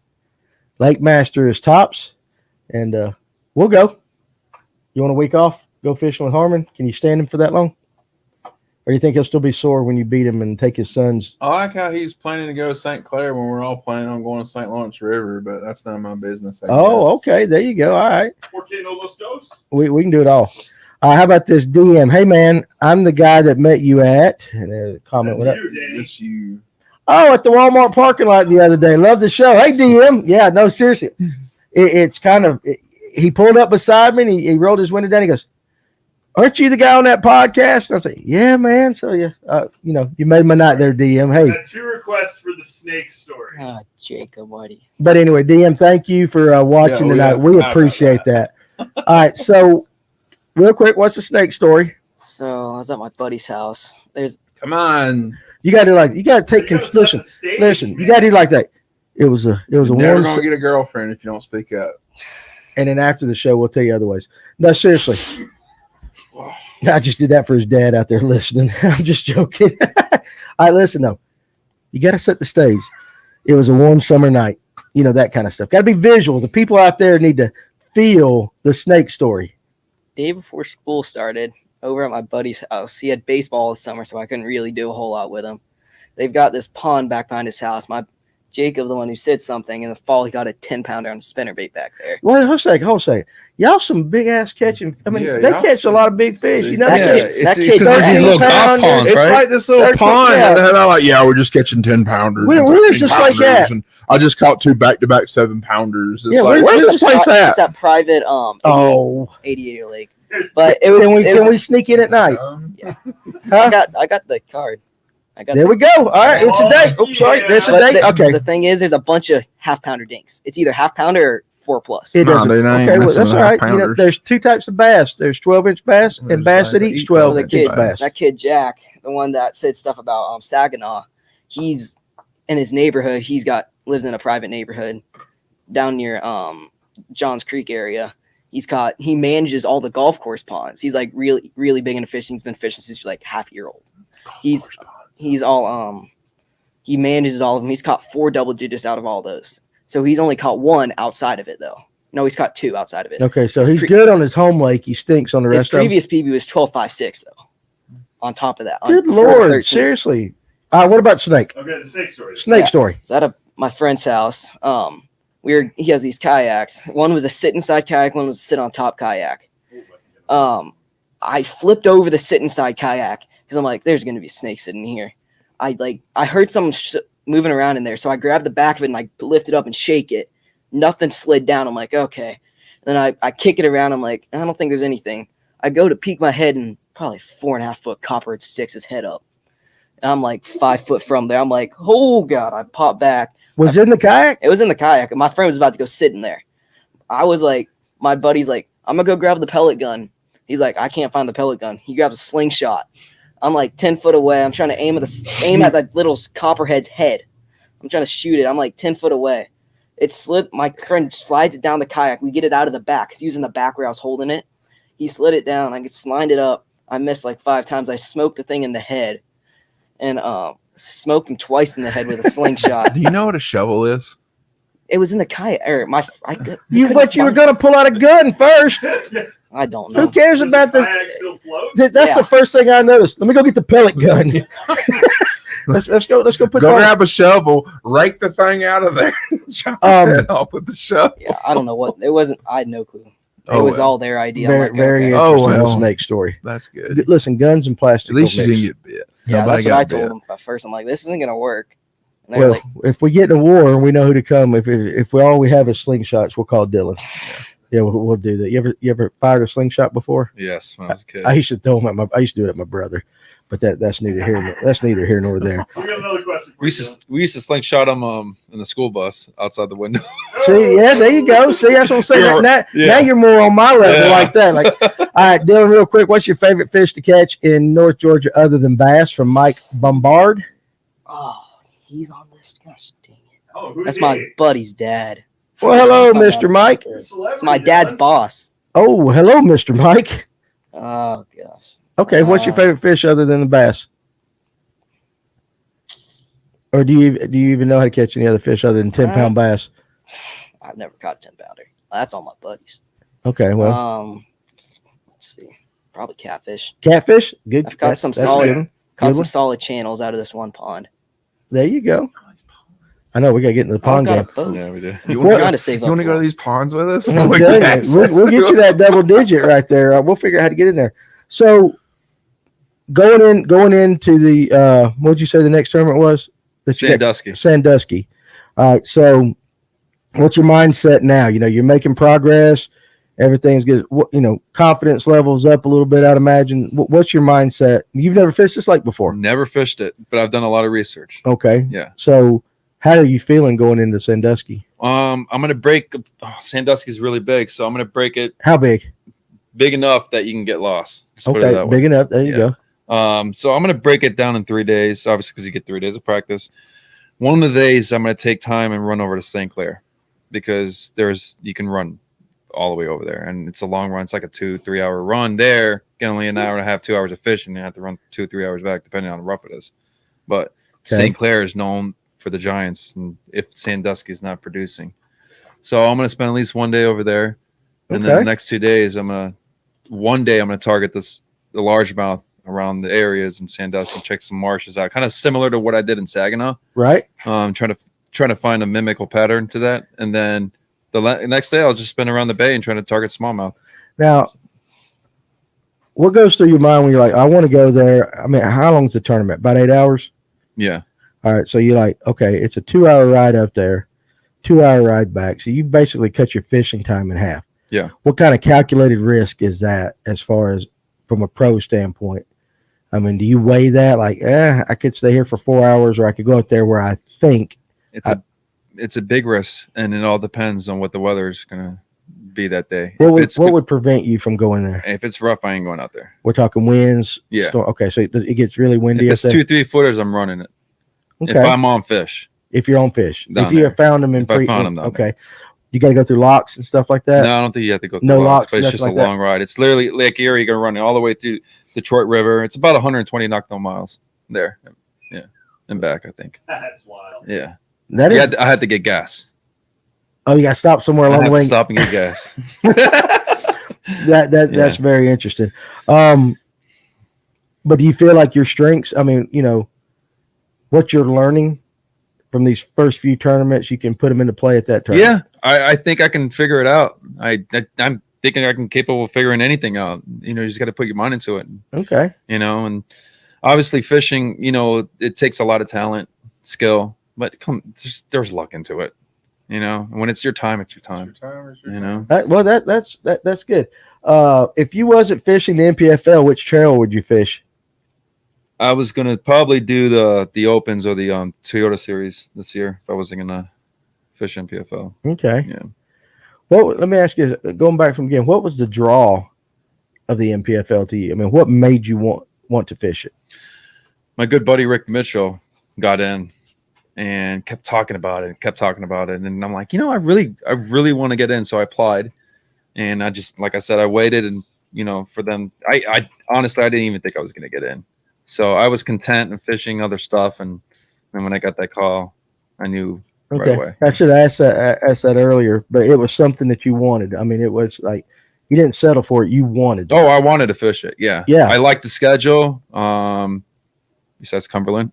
Besides Cumberland. Okay, I get but that. I really like the schedule, and I like the fact that the last event's over in Lake Kissimmee in Florida, and back in my hometown. So yeah, okay. Now, is there a tournament after that, or is it the Classic after this next one? No, that's it. We didn't have the championship this year. Okay. Yeah. So they've released the schedule for next year. Yes. What do you think about it? Interesting. Yeah. It's a lot of traveling. It is a lot of traveling. Is there a lake or two that's piqued your interest? And yeah, every single one of them. Okay. I'm tickled to death to try to itch to get there. Like this year, seeing the Leith guys and stuff like that, and the MLF guys catching all those fish in Texas. When what was it, Lee Levacy, where he tore it up, and was it Lake Fork? Yeah. Was it Lake Fork? But man, I'm like, they're catching these giants in Texas. I'm like, I want to go to Texas. So the fact that we're going to Texas twice next year, it's cool. What lakes are you fishing in Texas? Lake Amstead was our first one back in Del Rio. Then we go to Wright Patman. Okay. Now, didn't they fish that last year? They fished that last year. Yeah, Jesse did really good in that tournament like that. Keith Carson, I think, ended up winning that one. Yeah. Yeah. He actually dominated that and from like start to finish, didn't he? I mean, he had he had a great year. Yeah, he did. That was interesting because when they went to that lake, if my memory serves me correct, it was up.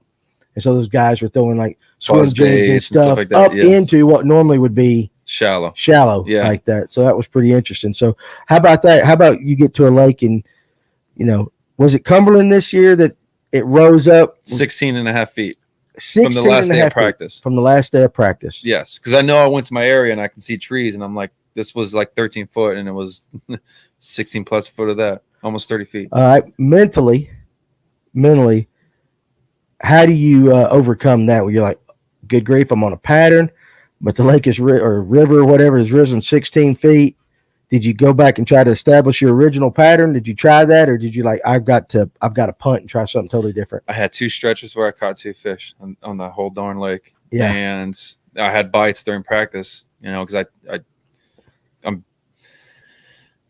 I break the hooks off a lot of my jigs. I was jigs. Getting ready to ask you that. Yeah. I was throwing, basically my whole pattern on that lake was I was throwing a Ned rig, a McMinnville Ned rig hot punky color. I gave you some of those baits. Okay. And then I was throwing a half ounce or a 3/4 ounce football jig, cream pumpkin with the bruiser break crawl. Okay. And I was just dragging off the bottom. And I can see a lot of the largemouth were cruising off the bottom. And I feel like they were just hugging the bottom of their stomachs to get that warm air or that warm water. Right. Because you stir up the bottom, the warm air, when it's really cold, those largemouth, they like that. That releases a little bit of warmness. So I was patterning that. I was throwing jigs and stuff like that, and I was catching fish and getting bites. But when the lake goes up 16 plus feet from the last day of practice, it's like a whole new different ballgame. Yeah. It's like you're pre-fishing again. And I just couldn't adapt to it. Right. So And you only had one day.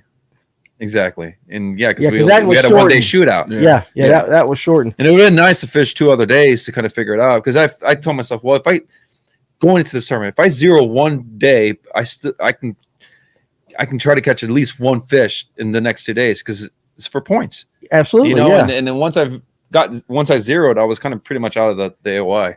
Right. Yeah. But you mentioned just then that you break the hooks off your jigs, and so I was going to ask that question about pre-fishing. What's your thoughts on those that leave the hooks in that actually boat a few, or are you specifically, I'm just feeling for bites, see how they pick it up? I mean, how do you approach that? I know a lot of guys on tour stick everything, and I'm a firm believer that if you do that, you're gonna outfish it. Okay. To the point where it's going to be extinct. There ain't going to be any fish there. They're just going to become lethargic. So yeah, I break off the hooks on everything. I got baits like swim jigs and football jigs and chatter baits that I have hooks already off of them. So you've got a practice box. I got a whole box full of the stuff like that. And so your opinion then with that is you think, guys, that's the better way to do it. I don't want to sore lip them. Okay. Yeah, well, I've watched guys go to a spot and just rip them, and then, sometimes they catch them, they're hitting, but other times I guess that could happen like that. So it's hard to catch if you have 3 days of practice, 3 days of event, and you're sticking fish all 6 days. I'm sorry, it's hard to win a tournament when you're trying to catch 20 pounds each day. You can't do it for 6 days in a row. I'm sorry. What do you think about that, Ryan? 100% agree. Yeah, that makes sense. I'll swing on like 1 or 2 just to see, and then pound and a half or 2 pounders, or swing on one. Oh, I just caught a 5 pounder. I'm gonna leave this alone until tournament day. Right. There might be some more hanging around. So yes, Tracy Coker, we do need to hook him up with some True Grit jigs. Rob, have you fished Lake Eufaula? Why would my dad be asking? Which one, Oklahoma or Alabama? He does not know that. I'm gonna say Alabama. Yeah, that's the one that the Ray Scott Championship. Right, that was right. the first time I've ever been there. I did all this research. Oh man, they got grass everywhere. You can punch. that's what we talked about. You can throw frogs. I'm like, man, this is back in my home lake, Okeechobee. Go there. It was a mud hole, but I figured out the chatterbait deal, and I caught them. I ran 45 minutes south every day. Okay. To catch them. Yeah. This is actually a very good question. How do sponsors approach? There's a mic there. I lost it in the mic. Approach that. How do Read sponsors that, yeah. approach you that the most appeals to you? Do they just pay entry fees, content creation? So So talk sponsors. Sponsors. So going into this season, I didn't have any sponsors. I paid for my way in. Mhm. It's expensive. Like anybody can say, it is expensive, especially if you don't cash checks. Going into next season, I have to have sponsors in order for me to fish, or a certain amount of money. Sponsorship money. Is that a league? Does the NPFL say like you need to have, or is that just you? That's just me. That's so just I you. can Okay. pay for my entry fees and my ways for next season. Okay, I got you. Because this year I covered everything under my own expense. Yeah, and I can imagine, but you do have some ownership, knowing that that's my money involved right there. So exactly. makes it a little bit different. It makes it feel better when you cash a check. Absolutely, but does it put some added pressure on? It always puts pressure. If you're spending this much money. You're spending $5,000-6,000 on an event at a pro event. There's pressure. You're almost about $8,000 in the hole with entry fees, expenses, and everything. So cash in a check it's huge. You want to go into every tournament and cash in a check. Yes, you want to win one, but realistically, your chances of winning one is going to be tough. Yeah. Unless you're completely on them that day, or it's your time, like we talk. It's your time. It's your time. Right. But your goal for every event is try to cash a check. Okay. So you can make ends meet. And a lot of people think being a professional angler, I mean, it's great. Yeah, you're a title as a pro and stuff like that. But at the end of the day, it's expensive, and a lot of guys do struggle. A lot of guys sleep in their own vehicles. Mm-hmm. They eat PBJs. 7-8 days in a row. They struggle when they're on the road just to try to make ends meet. It's a really, really hard sport to do, but the passion for it, I love it. Yeah, no, absolutely. That was one of a lot of people, especially younger kids, and I'm not saying Dylan, but they see professional angling as this glamorous, type of thing, and they don't realize what's on the TV. Yeah, they see what's on. They don't see what's behind the scenes and all that, and how much your truck payment, your boat payment, and all the other stuff that you got to pay for. Yeah, no, your absolutely. mortgage, your mortgage. Yeah, so absolutely. I've got one question about sponsors. Like, how do you appeal to them? Like certain companies, like how do you get them to look at you? Like Instagram and that sort of thing. I mean, you got to have I know talking to other anglers, like my approach going into this season or next season coming up, I had to find a title sponsor. So you come up with like proposal letters and stuff, and something that lures them to like you. And okay, I'm going to give this guy 20 grand, but why am I giving him 20 grand? What's your return on investment? Exactly. That's exactly what that is. So yeah, so like and even on a smaller level, when somebody comes in the store, and this is just for you, and even if they only want, a couple $100, high school thing, for a store or a brand, first of all, they want to see their name. One cool thing about the NPFL that I do like is their weigh-ins. They show the boats and stuff like that. You get to see your name, but it's always you always got to think that in your mind, return on investment. So, and we sponsor Logan Millsaps. One of the best things as a business owner is who's the guy that does the weigh-ins? Al. Yes. And he's nice and loud, and he's big. But when he says True Grit Tackle Pro from Jasper, Georgia, Logan Millsap, as a business owner, and Ryan will tell you that. I mean, number one, makes you proud, but number two, people hear your name, and that's how your business grows. So, as a sponsor, you got to be able to show them, or as somebody wanting a sponsor, you got to be able to show them how is it going to positively affect my company. What is he doing going to affect me? How can he get out my name out there to the potential people to say, hey, True Grit Tackle, like check them out. Dude had a good tournament finish. We'll check him out. Yeah. Justin's got a good comment at this. Not what they can do for you, it's what you can do for them. Yeah. And Harmon's got one. As a tackle company owner, we look for performance, consistency, and character of person. And that character is probably very, very, very high on the list because, and I think, even with like when we talked earlier about possible cheating and stuff like that, if you're a company, especially a major brand, you do not want your product associated with somebody that's kind of got a reputation or sketchy character. So, I mean, and also that, on your level, you're walking and I'm not going to say a thin line, but you've got a little decorum that you got to announce your sponsors, or when you get that, you've got to be that, how do I want to say that? You're basically an extension of the company. Yeah. While you're out there on the water. Exactly. Yeah. So when you write a proposal letter, okay, this might be something for guys watching like that, just in general, what are some of the things like you tell a company, you tell them your background, obviously, all your accolades that you've gotten throughout the years, hey, you got to build the resume. You got to build the resume, show what companies that you've been with, longevity. They don't like companies that want to give you money. It's kind of like a bank loan, like I'm not going to give you a bank loan if you've been with this job for 1 year. I'm going to give you a bank loan if you've been with this job for 10 something plus years. They want consistency. So the longevity on having a company with that is huge, especially when you do proposal letters. And when you do these letters too, and you got to break it down. the numbers and if you pick this package or whatever, this is what I have to offer for you and stuff like that, and basically that's kind of what a proposal letter would look like. Now, for a person that's an introvert or something, and you speak very well and all that, but like for a person that's their first time or something, I imagine you have you done that yet? I mean, is that what you're getting ready to do? I'm getting ready to do that. I've never done that. I've never asked people for money. Okay, so that's where I'm kind of going. So in your mind, how are you preparing for that? I mean, are you like, does that make you nervous a little bit? That no, in a good way. In a good way. I mean, people say nervously in so many different ways. Like when I get nervous about that, it's because I'm excited. Okay. Yeah. And that's kind of an excitement. Like when you get nervous for a tournament, you're supposed to be nervous for a tournament. That's the excitement. That's the fun of it. Absolutely. I agree with that. So what were you saying again? I was basically like, what's your mindset now knowing that you're going to go search for sponsorships and stuff like that? And how do you sell yourself? Like what the guy said over there, what do you have to offer for us? What will you do for us and stuff like that? The sell point.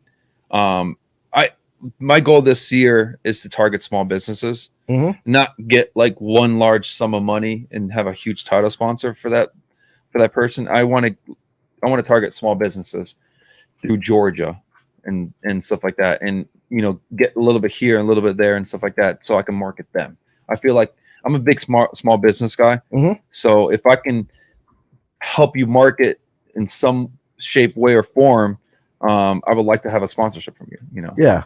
And that's good, because a lot of people go up and they just ask for the money and don't realize that when the company gives you money, there's work to be done on the back end of that, social media, stuff like that. So my next question with that is, let's say you've got a spinnerbait company. They come up, they offer you $5,000. How, in your mind, how loyal are you to that bait? Even if maybe you prefer, let's just say a chatterbait company comes up. Robert, I'm going to give you $20,000 next year, but you love the jackhammer. Now, how does that weigh in with your decision making? Because that's a tough one. It is. It's funny how you say that. I know every angler out there, no matter if they're with like big bites only with arcs or any, like for instance, bait companies. Like, how many different bait companies do you use? Oh, that's a ton. Yeah. But there is a specific one do you like, right? There's a few, yeah. Yeah. Like I'm with Bruiser Baits, but I use different bait companies. We can all admit that. You know? Absolutely. Yeah, I'm glad you're honest about that. I mean, like during the Saginaw Bay tournament, I was throwing Gambler Big Easies, but I'm with Bruiser. I ran out of the super swimmers. I had to change something. I had to, figure something out. So everybody uses different baits to catch fish. The reason why I'm with the companies I'm with now, like for instance, Bruiser, is the owner, Steve Dial. And I mean, he's probably the most genuine human being when it comes to in the fishing industry that I've ever met in my life. He's the type of the owner that you want from a company that you're willing to give him a call and be like, listen, Steve, I need this amount of baits and ASAP within 2-3 days. He'll literally stop what he's doing, make you your custom baits and send them to you ASAP. That's the kind of, that's what I look for when I look for companies. Like when I went with ARC, when I met Louie and stuff like that, it was kind of like a family net thing and stuff. And that's why I'm with ARC. That's why I'm with Bruiser Baits, because of the relationship I created with the owners and stuff like that. So that relationship's important to you. It's a huge important thing. But yeah. I'm a firm believer. I admit it. I use other bait companies. Yeah. I mean, you have to. There's so many different baits out there. That bait might not be the ideal for that thing. But there's times that I stick random baits and put them in a Bruiser Bait package. You can never tell. Hey, listen, man, you're honest. Yeah. I like that about you. So, James Harmon, again, do they talk about our products? Do they understand our products? Come to the shows and seminars. All that goes into the character and morals of that person. Just our approach to people we help. So, that's kind of like the extra stuff too. Like, are you prepared to go to seminars and like ICAST and stuff like that? That's part of the package too. When you get to your level, definitely like that. So that's pretty interesting. So, what is the one lake next year that you're most nervous about? Is there one that you looked at and went, ah? Lake Eufaula, Oklahoma. And why? I don't know. I've done my research in that lake for next season, but so you're researching already for next season. Yeah, because we're allowed to get information now. We haven't signed the contract. So once you sign the contract for that upcoming season, I think we're allowed to get information until January 1st. I think the new year. I'm not 100% sure, but I know we're still good for now. So okay, yeah. You got anything there, buddy? If that was LJ from Linear Baits, that is LJ. That was on the charter. We were using the Sweet Rosies. I love those things. Sweet Rosie, there you go. He's already working on that sponsorship like that. Jacob Anders wants to know, and this is for Dylan. Is it better to catch? Is it better to catfish on a full moon? That's my buddy. We catch all the big catfish on full moons with. So yes. With what?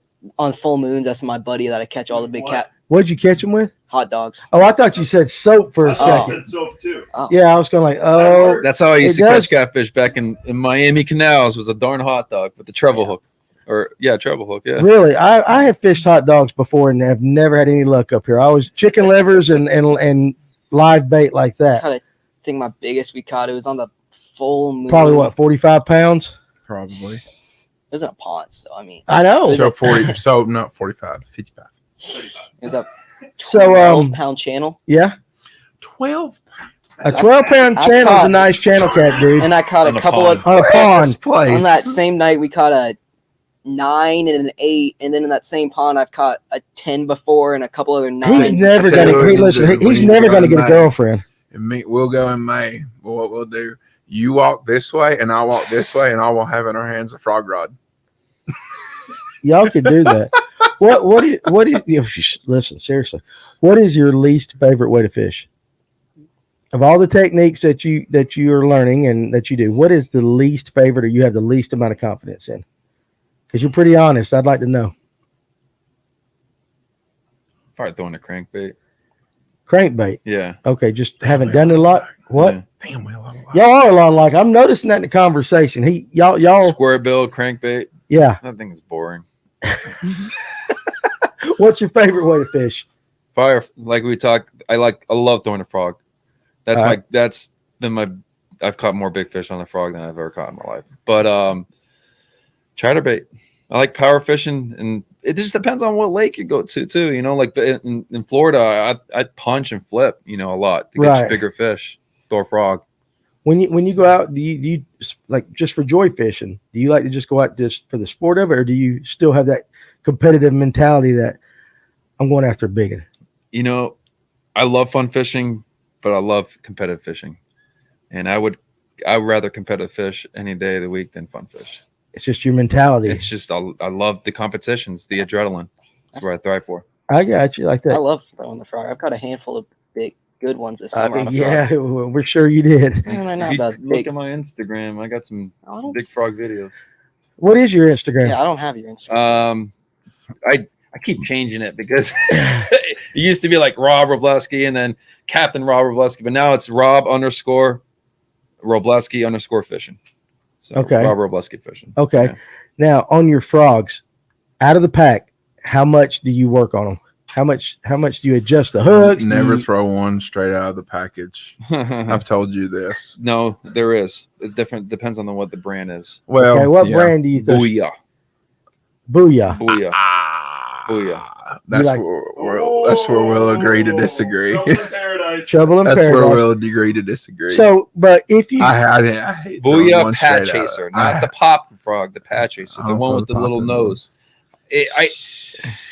I think with the popper, it's just too much of a noise. I think that the little Pat Chaser is just enough for them to trigger that bigger bite. Do you trim your legs or your skirts coming off? I do. Back? I cut the legs. But I don't bet the hooks. I never bet in the hooks on them. You've never bet in just on that brand? On that brand. I've used Spro before because like in Okeechobee, the Spro bluegill popping frog is the go-getter in the up at Okeechobee. But they sink all the time. So you always have to squeeze them out. With the Booyah ones, you don't have to squeeze them out all the time. You can constantly cast. Yeah. All right. I know you're with ARC and all that. And down at ICAST, I've talked to Paul a little bit about rods, but there's so much more than rods that they do. What all does Arc do? And we just came out the new reels. Oh, you Those got things are reels cute. now too. Okay, Yeah. tell us about those. I'm not a really good salesperson. That's okay. No, So I didn't really get to know a lot about the reels. I know a little bit minimum about them. Yeah. Or we have 3 different models. They're the cheaper model I think is like between 100 and 120 bucks, and it's like 170 and then 250. Obviously, the cheaper one is the lower ball bearing, and it gradually goes up. right. But the thing I like about the reels, and Michael Catt, has some prototypes and stuff like that. He says when you whale on the fish on like 50, 65 pound braid, the braking system doesn't pop. When I throw those Shimano SLXs, they pop like religiously. So you're And saying they give a little bit. they give a little bit. Okay. They can handle a big load. All right. So are they available now? They will be available like probably the end of October. End of October. But Arc also came out with a bunch of hard baits. Yeah, that's what I was going to. I remember that Yeah. down there seeing that. Yeah, so. we got a bunch of poppers, square bills, rattle trap, little hard baits, jerk baits. I'm really intrigued with those swim jigs that they got. Those things look bad to the bone. So Okay. I'm excited to go ahead and try those out when they come out. All right. To do with like the big baits that you were just saying, like for lanier, like can you throw bigger swim baits and be productive, or can you not, or is that not really a big thing up here? Ask me about that later. Yeah, Okay. Paul can tell you. I know some guys out there that throw big swim baits religiously on Lanier. That's my buddy Jack. That's how he catches most of his big ones, on big swim baits. He's like really, really into that. I know in Hartwell and like for instance Notley, I know a guy that throws those big swim baits during the season, and they'll just come out of the woodworks and just slam it. and get Now, the do you shots. throw those a lot? Or is that just I kinda try, it's just not my thing. not your thing? You, Yeah. you throw the A-rig? I don't like it. Does the NPFL have a rule on Yeah, those? we can't throw them. Can't throw. Okay, I knew some did, and some did not. So, so how much? So okay, so Ryan modifies his frogs a little bit by bending the hooks out. I don't bend my hooks out. What do you do? What do you do? I boil every one of them. Oh, you boil them. I boil every one of them, and most of the time, except for a couple of them, I jerk skirts out of them, put my own skirt in there. As a jig maker, I can understand that completely. But I don't bend the hooks. Okay, I know a lot of guys I'm do bend the hooks, anti-bender. and so you're definitely anti-bending the hooks. I don't bend the hooks. Not on that frog. Okay, Yeah, never have. never just haven't. No need to do it. No, never. I mean, we all lost fish, but never really lost fish. When you Okay. slammer, they're coming in the boat. Okay, well there you go. So are you a cross their eyes kind of guy?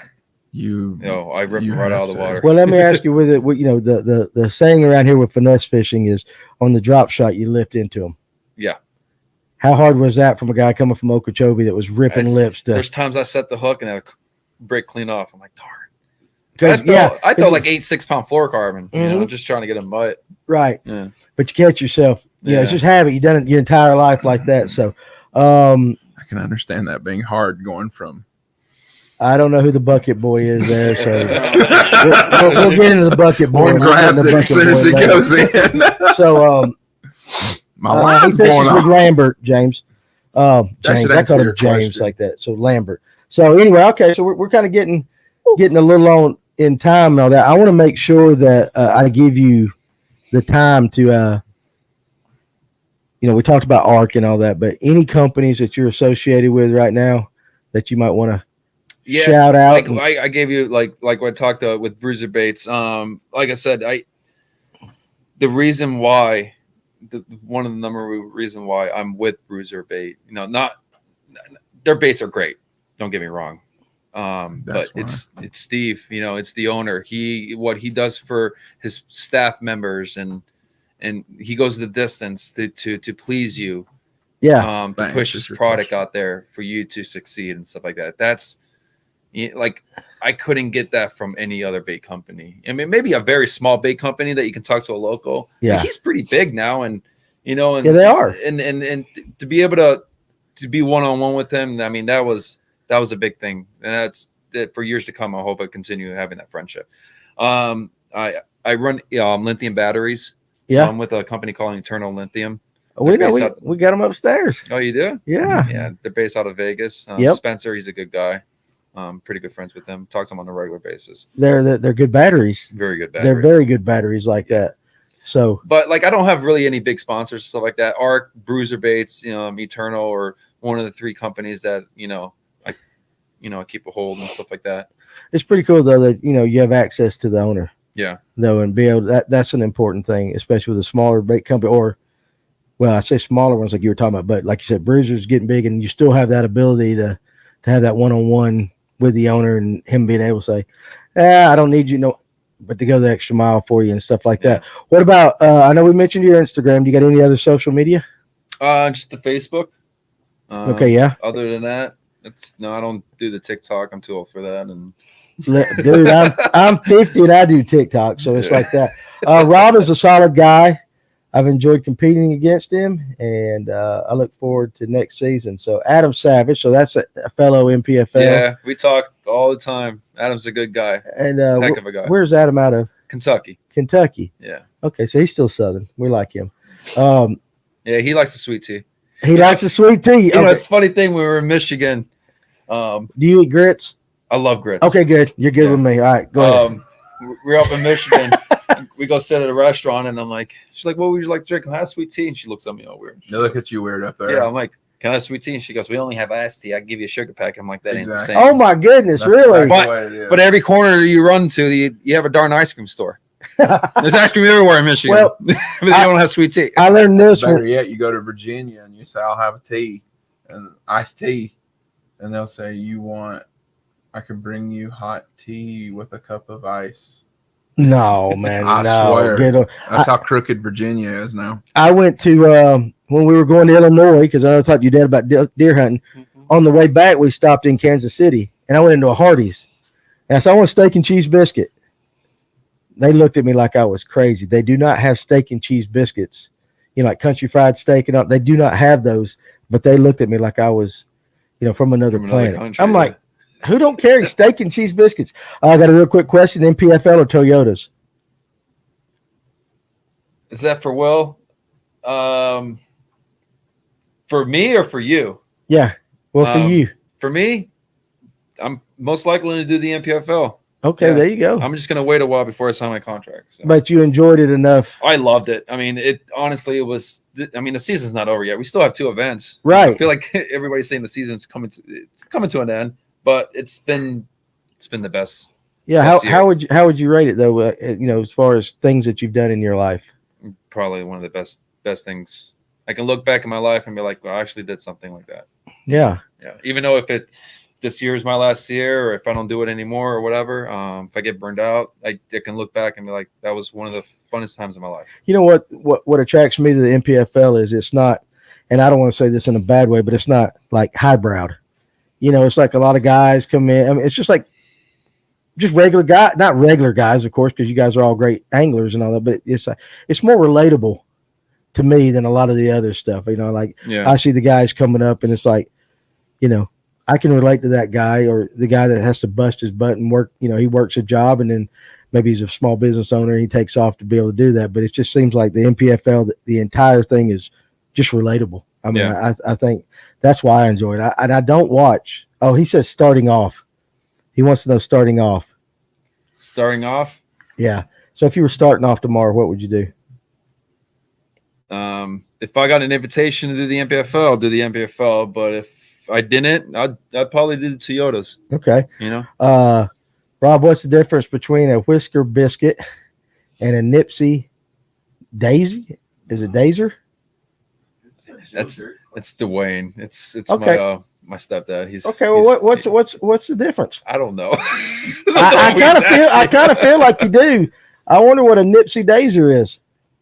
I don't know what a Whisker biscuit is. Well, I got a Whisker biscuit on my bow. Yeah. So that's my, it's one of the, it holds your air in place. I know what a whisker, but I never even heard of any of those two things. Are you being honest now? I'm being 100% 100% honest. Okay. Well, there, Dwayne, we don't know what you're talking about, but we appreciate you joining us tonight. So, Kurt Wehunt, he wants to know where in Florida you're from. Southwest Florida. I was born literally 15 miles from Stick Marsh Headwaters area. Yeah. I don't know if you guys ever heard of it. Headwaters, Stick Marsh. It's awesome. It's awesome. You need to go down there. Okay. Yeah, I do plan when I go down to Florida this the end of the year, I plan to go fish. Okay. All right. Well, I tell you what, we're gonna wrap it up this episode of the Livewell. But first of all, Dylan, how was your first experience behind the mic? It was good. We didn't scar you or anything. No, you feel like you might can do it again in the future. Yes. That's good. And again, Robert, listen, seriously, dude, you speak well. Thank you. You do. You speak very well, and your answers were, from what I can tell, honest. You know what I'm saying? I know. I understand how it works, but very engaging in it like that. And I have no doubt that whether it's the NPFL or whatever, that you're going to be successful. And I appreciate when that. you get your companies, that you'll represent them very well and all that. Buddy's So all over it, dude. yeah, we Still got asking questions. we got to do that.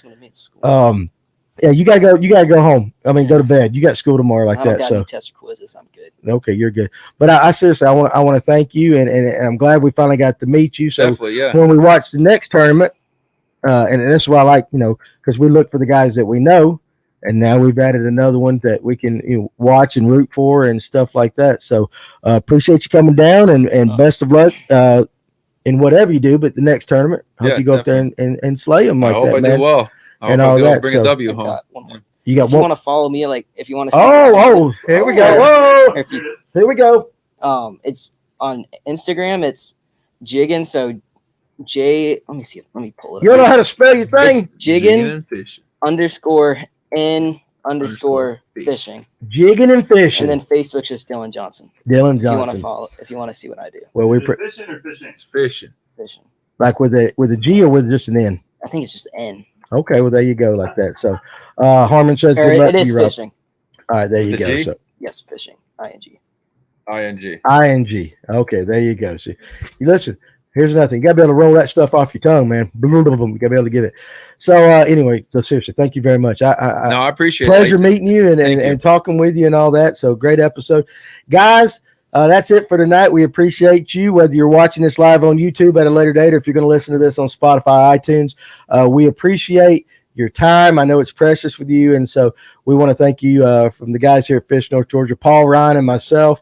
We enjoy the camaraderie that you guys give us every week, and again, we have great guests like that, and just absolutely, I enjoyed this episode. So next Thursday, we got to decide if we're going to go eat tacos. We might have to do a little scheduling for next week. What do you think? Is it good? We'll have to see what they're going to We'll do. have to see what they're going to do. We're going to see what they're going to do if we're going to go let Ryan read. We need to bring them up here. I can get tacos. We can do that live.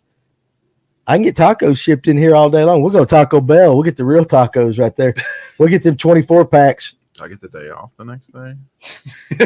We might work on that. If you win, I'll give you that. I'll give you the next day off. If you win, if you shame the company, no, though. You got to win. Taco Bell. Taco Bell, that's what it's going to be. But I could probably put down a 24-pack Taco Bell, though. Well, there we go. But We I can do won't that. be worth a damn the next day. Harmon, how about y'all come up here next Thursday on the Livewell? We'll do. I'll get tacos shipped in here, and we'll have it live on air for everybody to watch. So, and we'll talk some stuff like that. So, anyway, guys, like I said, thank you, Robert. Thank you, Dylan. Guys, join us. We'll announce on the Fish North Georgia group page whatever it is we're going to do with our next episode. If you're out there on the waters this weekend, hey, be safe. And again, we want to thank Rachel Collins with 400homes.com and Buford Dam Bait and Tackle for their support. If you're a small business in the area and you want to join the Fish North Georgia family, guys, hit us up. You can messenger Paul, Ryan, or myself on Facebook or anyway.